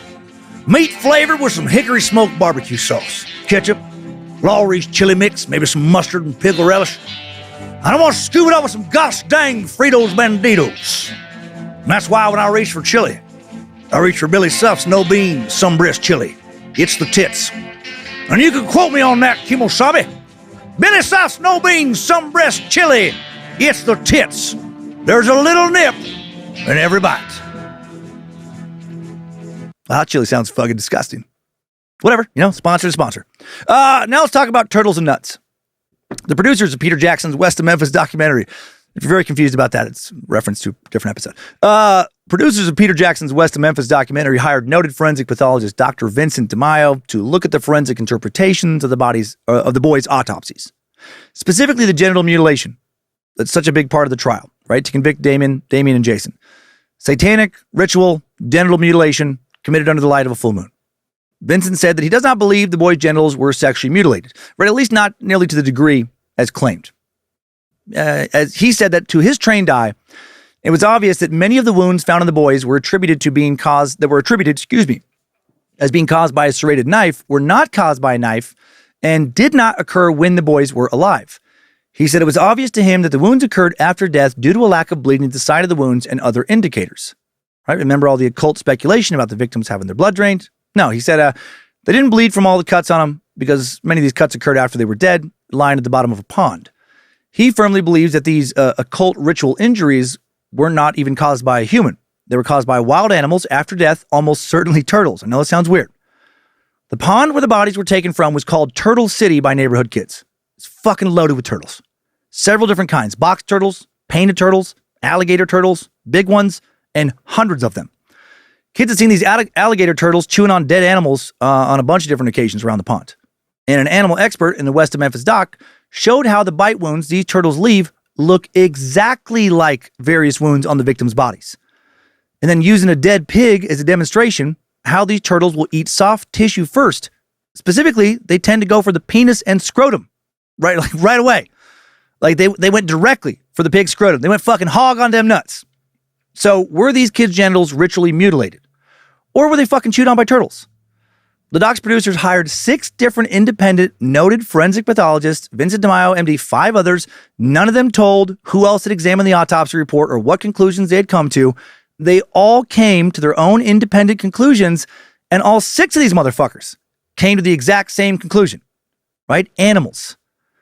Animals biting and scratching these kids' remains is what led to the wounds presented to the jury as evidence of satanic ritual abuse. How fucking random, right? Right? Had that information been presented at the trial, would have blown a huge hole in the prosecution's arguments against Damien, Jesse, and Jason. What a mess, right? And I know it also blows a hole in this allegations against Terry Hobbs as well. There is a chance that the genitals to the one boy, I guess, could have been cut, and then, the fucking turtles munch on the fucking wound after it's been cut. It's a mess. No wonder a bunch of people got involved in this case and worked to help free the West Memphis 3, right? It's just a travesty of justice. Would have never happened if you remove the element of satanic panic from all of this. Had Jerry Driver, a juvenile probation officer, who should have never been fucking working as an occult expert because he didn't know shit, had he not been working with West Memphis law enforcement and never pointed his dumb fucking finger at Damien Echols at the initial crime scene, it wouldn't have gotten everybody riled up about a bloodthirsty, evil, satanic cabal in West Memphis. And I don't think Damien, Jesse, or Jason would have ever been on the police's radar. They would have never been seriously questioned. What evidence was there of their guilt, right? A heavily tainted confession and a bunch of people lying their asses off, making up stories about the weird kid, his friends. This is why appeals are so important. I'm still pro-death penalty after hearing a story like this, but I'm also still pro-appeals process, especially when there's a lack of forensic evidence to help convict a killer. Also, our judicial system needs to show a lot more discernment, and maybe they do now, when it comes to expert witnesses. Right? Some dipshit with a mail order degree should not be allowed to testify about how a fucking full moon and the number 8 are important clues in a murder case. That's embarrassing. The whole misguided focus on the occult in this case is embarrassing. Right? Non-Christian spiritual beliefs do not equate to evil satanic beliefs. So glad that the West Memphis, 3 are still not rotting in prison. And if one of those guys were to kill, I don't know, Terry Hobbs, or Jerry Driver, or Prosecutor John Fogelman the next couple of years, could they maybe get credit for time served applied towards their sentencing? It seems fair to me. And, it just tossing out, spitballing. If they divided those murders, between the 3 of them, well, they could take out all those fuckheads. I'm not suggesting that they should do it. Just, I don't know, maybe something we should think about. Time for today's takeaways. Timesuck Top 5 Takeaways. Number 1, the victims in this case were 3 8-year-old boys. Don't want to distract too much from that. Christopher Byers, Michael Moore, Stevie Branch, all innocent. Although the West Memphis 3 have not been legally exonerated, many believe these murders are unsolved and that Terry Hobbs is very likely at least one of the real killers.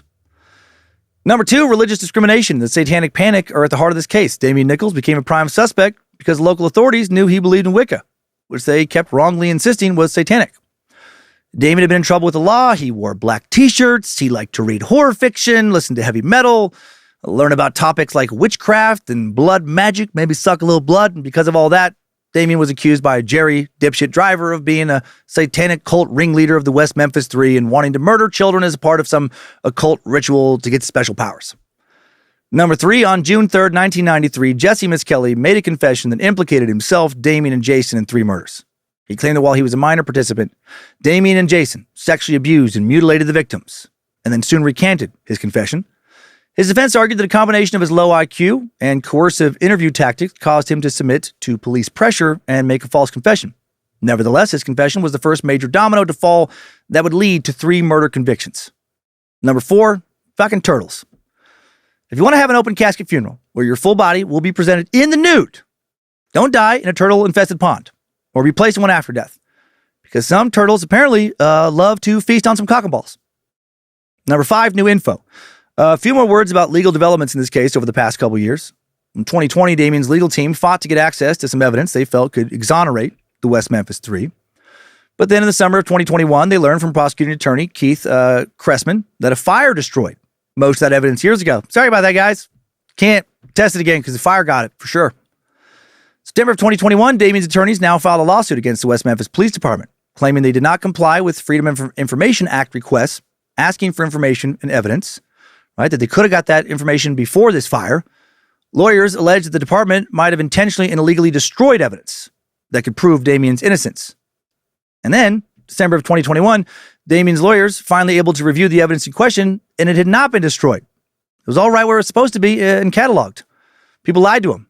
Lonnie Sawry, a member of Damien's legal defense team, said, "We're looking for the real killers. It's not only to exonerate Damien, Jason, and Jesse, but find the real killers. We went to the police department, found the evidence package, beautifully packed and preserved in excellent condition. Why were they told it was destroyed? Damien feels like they were lied to in hopes that they would just finally give up." Right? What is the state hiding? The defense discovered the shoelaces used to bind the victims. Damien's lawyers want to test the shoelaces now with this MVAC, this new machine that can vacuum up tiny amounts of DNA for testing and, match things more conclusively. They hope this will officially exonerate the West Memphis Three, quite possibly open up a new murder trial against Terry Hobbs. But then June 23rd, 2022, a judge denies the attorney's request to test this evidence. Judge ruled it wasn't within Damien's rights because retesting is only available for people in state custody, not people free but still suspected like Damien.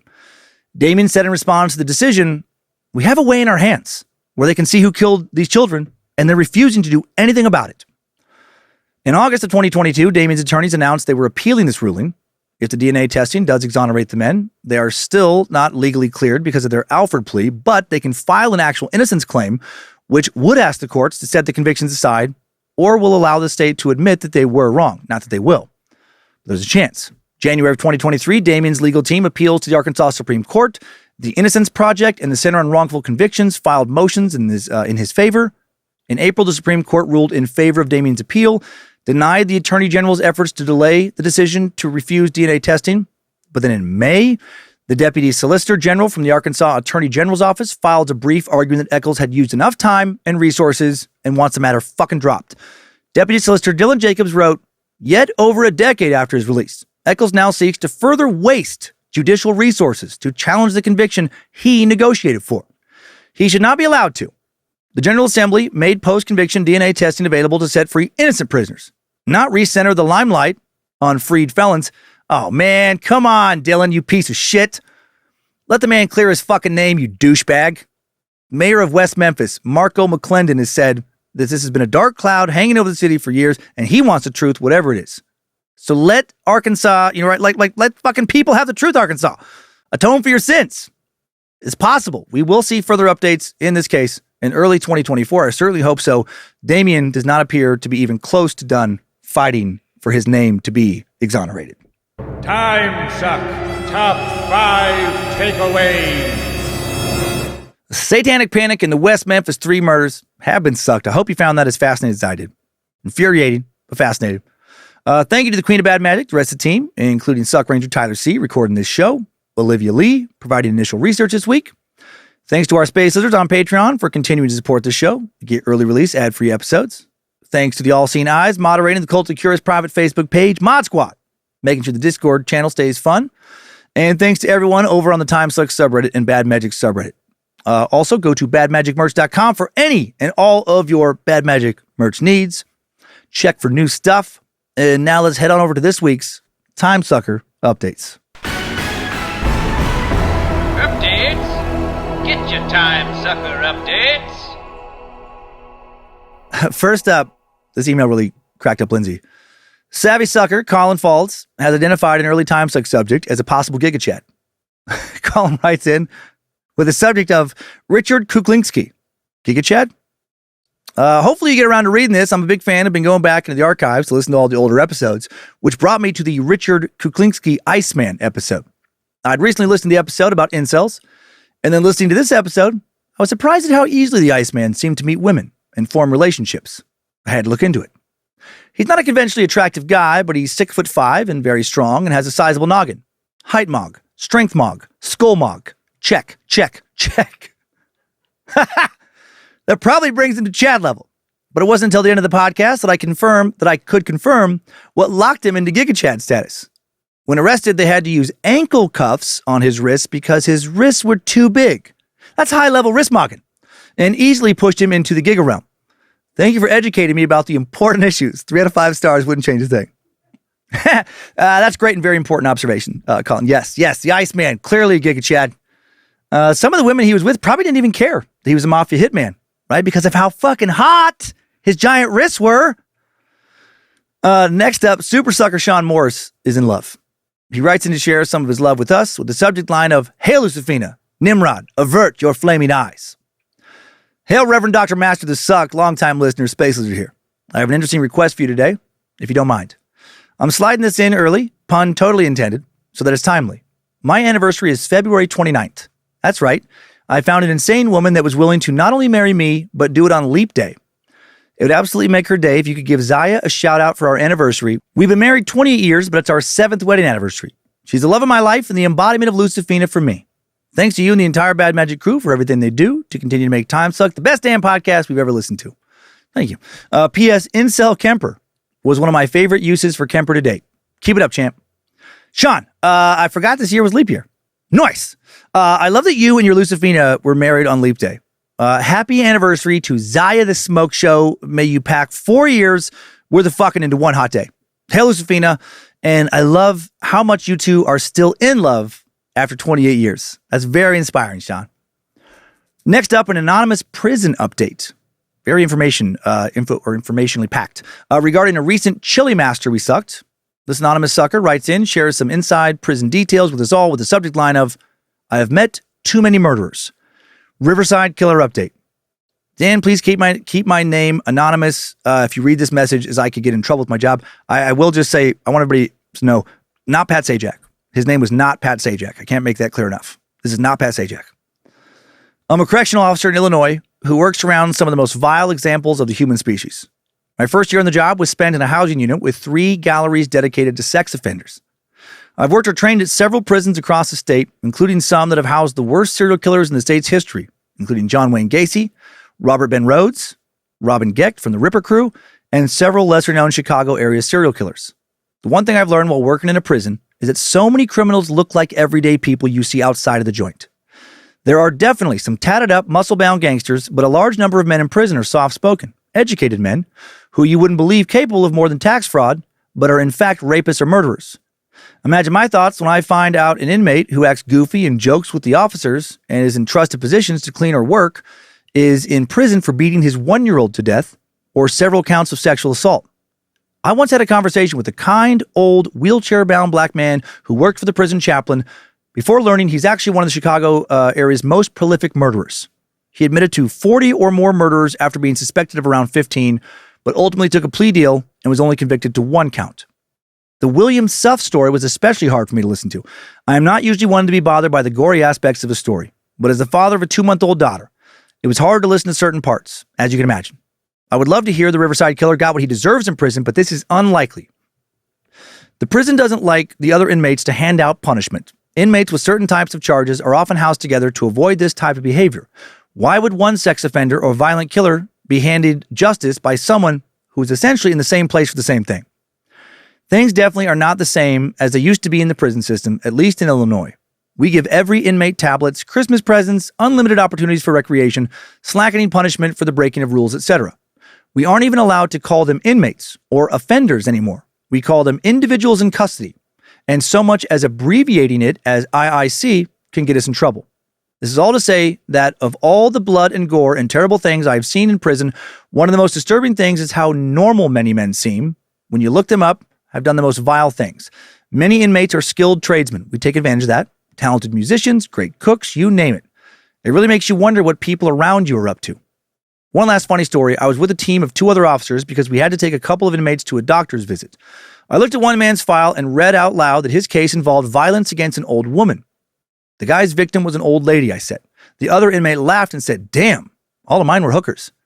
He had beaten, tortured, and raped dozens of sex workers in Chicago and claimed he did nothing wrong because he eventually let them go and still paid them. He and William Suff would have gotten along swell. Anyway, that's all I have.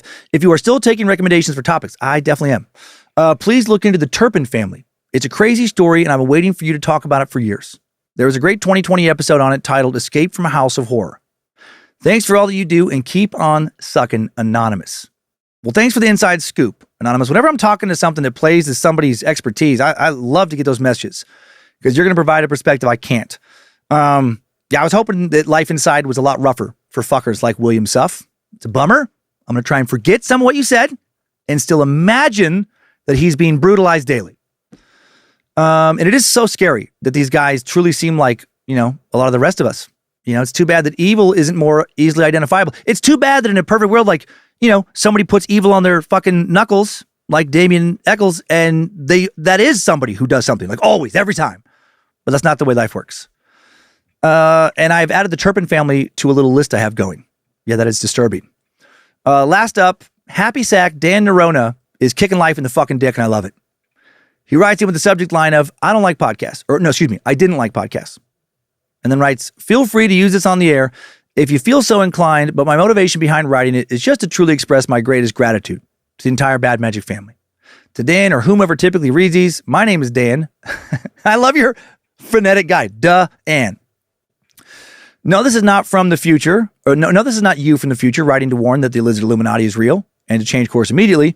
You should be receiving that email next week. Let me first say I'm not sorry for the length of this email because this is the shortest I could edit it down to. That being said, I have to admit, I used to think podcasts were pointless. To listen to someone droning on and on about their opinions on this and that was, as far as I was concerned, about as interesting as watching paint dry. I get it. To explain how that has changed, I need you to take my own brief Timesuck timeline. The pandemic was rough for a lot of people and I was no exception. Physically, I was fine and had a clear bill of health, but mentally, I was far from it. I had all but attempted to leave the big chat room we call life, and my outlook towards the future was dismal at best.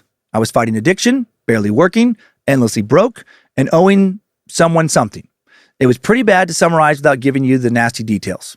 It was during this time I came across your podcast somehow. I wish I had a fantastic story behind that, but I honestly don't remember how I found it. After rolling through some topics, episode 53 caught my eye. I've always been fascinated with Teddy Roosevelt and all of the things he accomplished in his life. So I hit play, and the rest is history.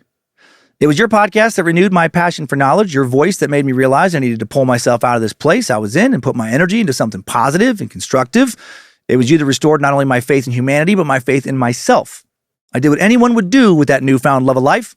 I decided to build a race car. Well, race truck would be more appropriate. That's fucking awesome. The point is, as I welded and wired and grinded, you were there with me, filling what would have been the silence between tools running with absolute nonsense from that sick place you call a brain. As I drove to my first race, your podcast was what got my head in the right spot to get over the nervousness of what I was about to do. And it was, of course, you I listened to as I towed home the wrecked race truck after its first attempt at racing. I have built my own business up from the ground since then, a business that, according to my CPA, should easily clear $500,000 next year. Woo! That's fucking awesome. With current trends continuing, and have even brought home a few trophies while racing in my spare time. As I have long ago caught up on Timesuck and the Secret Suck, rest in peace, I've started to catch up on Scared to Death. I love that you and Lindsay work so great together, both on air and off air, even though she fucking will not submit. Still, as I read this. No, and I'm so grateful to you both and the entire Bad Magic crew for everything you've done and continue to do. I have, however, stopped buying bananas from the grocery store and will always imagine ants speaking in British accents, so fuck you for that. Please keep doing what you do, full-time, part-time, sometimes, but make sure to enjoy your own lives as well. Us faithful suckers are more patient and understanding than it seems, and some Dan will always be better than no Dan, a lesson I've come to learn as well. Faithfully yours, Florida Dan. P.S. Give a shout out to my sister, or please give a shout out to my sister Angie and brother-in-law Barton. If you do read this on the air, I got them hooked a couple weeks in. Dan, I love messages like these. Truly, they fill my heart with joy. I'm so happy to have been with you on your journey to self-fulfillment. Love that you have found your bliss. I love that you're racing trucks. That's awesome. And you're enjoying the fuck out of your laps around the sun on this weird, dark, but also magical and beautiful rock. Hail Nimrod. Keep enjoying what you do. Thank you, Angie and Barton, for taking a chance on this weird world. Is it Barton? I want to fuck. Yeah, Barton. Okay. Make sure I didn't fuck it up. Is it Baron? I wrote Baron second, but the first time was Barton. But maybe it's Baron. You know what? I'll say it's, thank you, Tyler. You know what? We'll cover our bases. It's Barton Baron. Unfortunate name. It's Barton Baron. Keep encouraging Florida Dan to keep kicking ass and hail Nimrod. Thanks for these messages. Any topic suggestions or messages like this, you can just keep emailing them to bojangles@timesuckpodcast.com. Next time, suckers. I needed that. We all did. Thanks for listening to another Bad Magic Productions podcast, Scared to Death, Timesuck each week. Please don't arrest anyone for killing 3 kids because they listen to Metallica, read Stephen King, and have orgies in the woods with their witch buddies. Satan is not murdering anyone, but we meat sacks of all creeds all on our own without divine intervention, continue to murder people every single day. Stay focused on real world evidence and keep on sucking.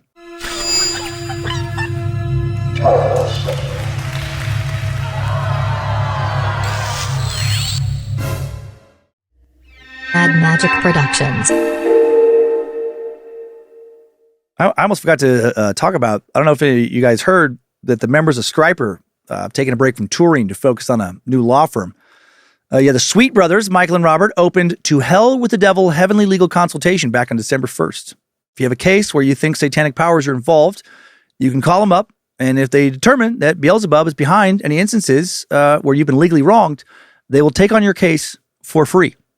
To find out if you're eligible, just call 1-666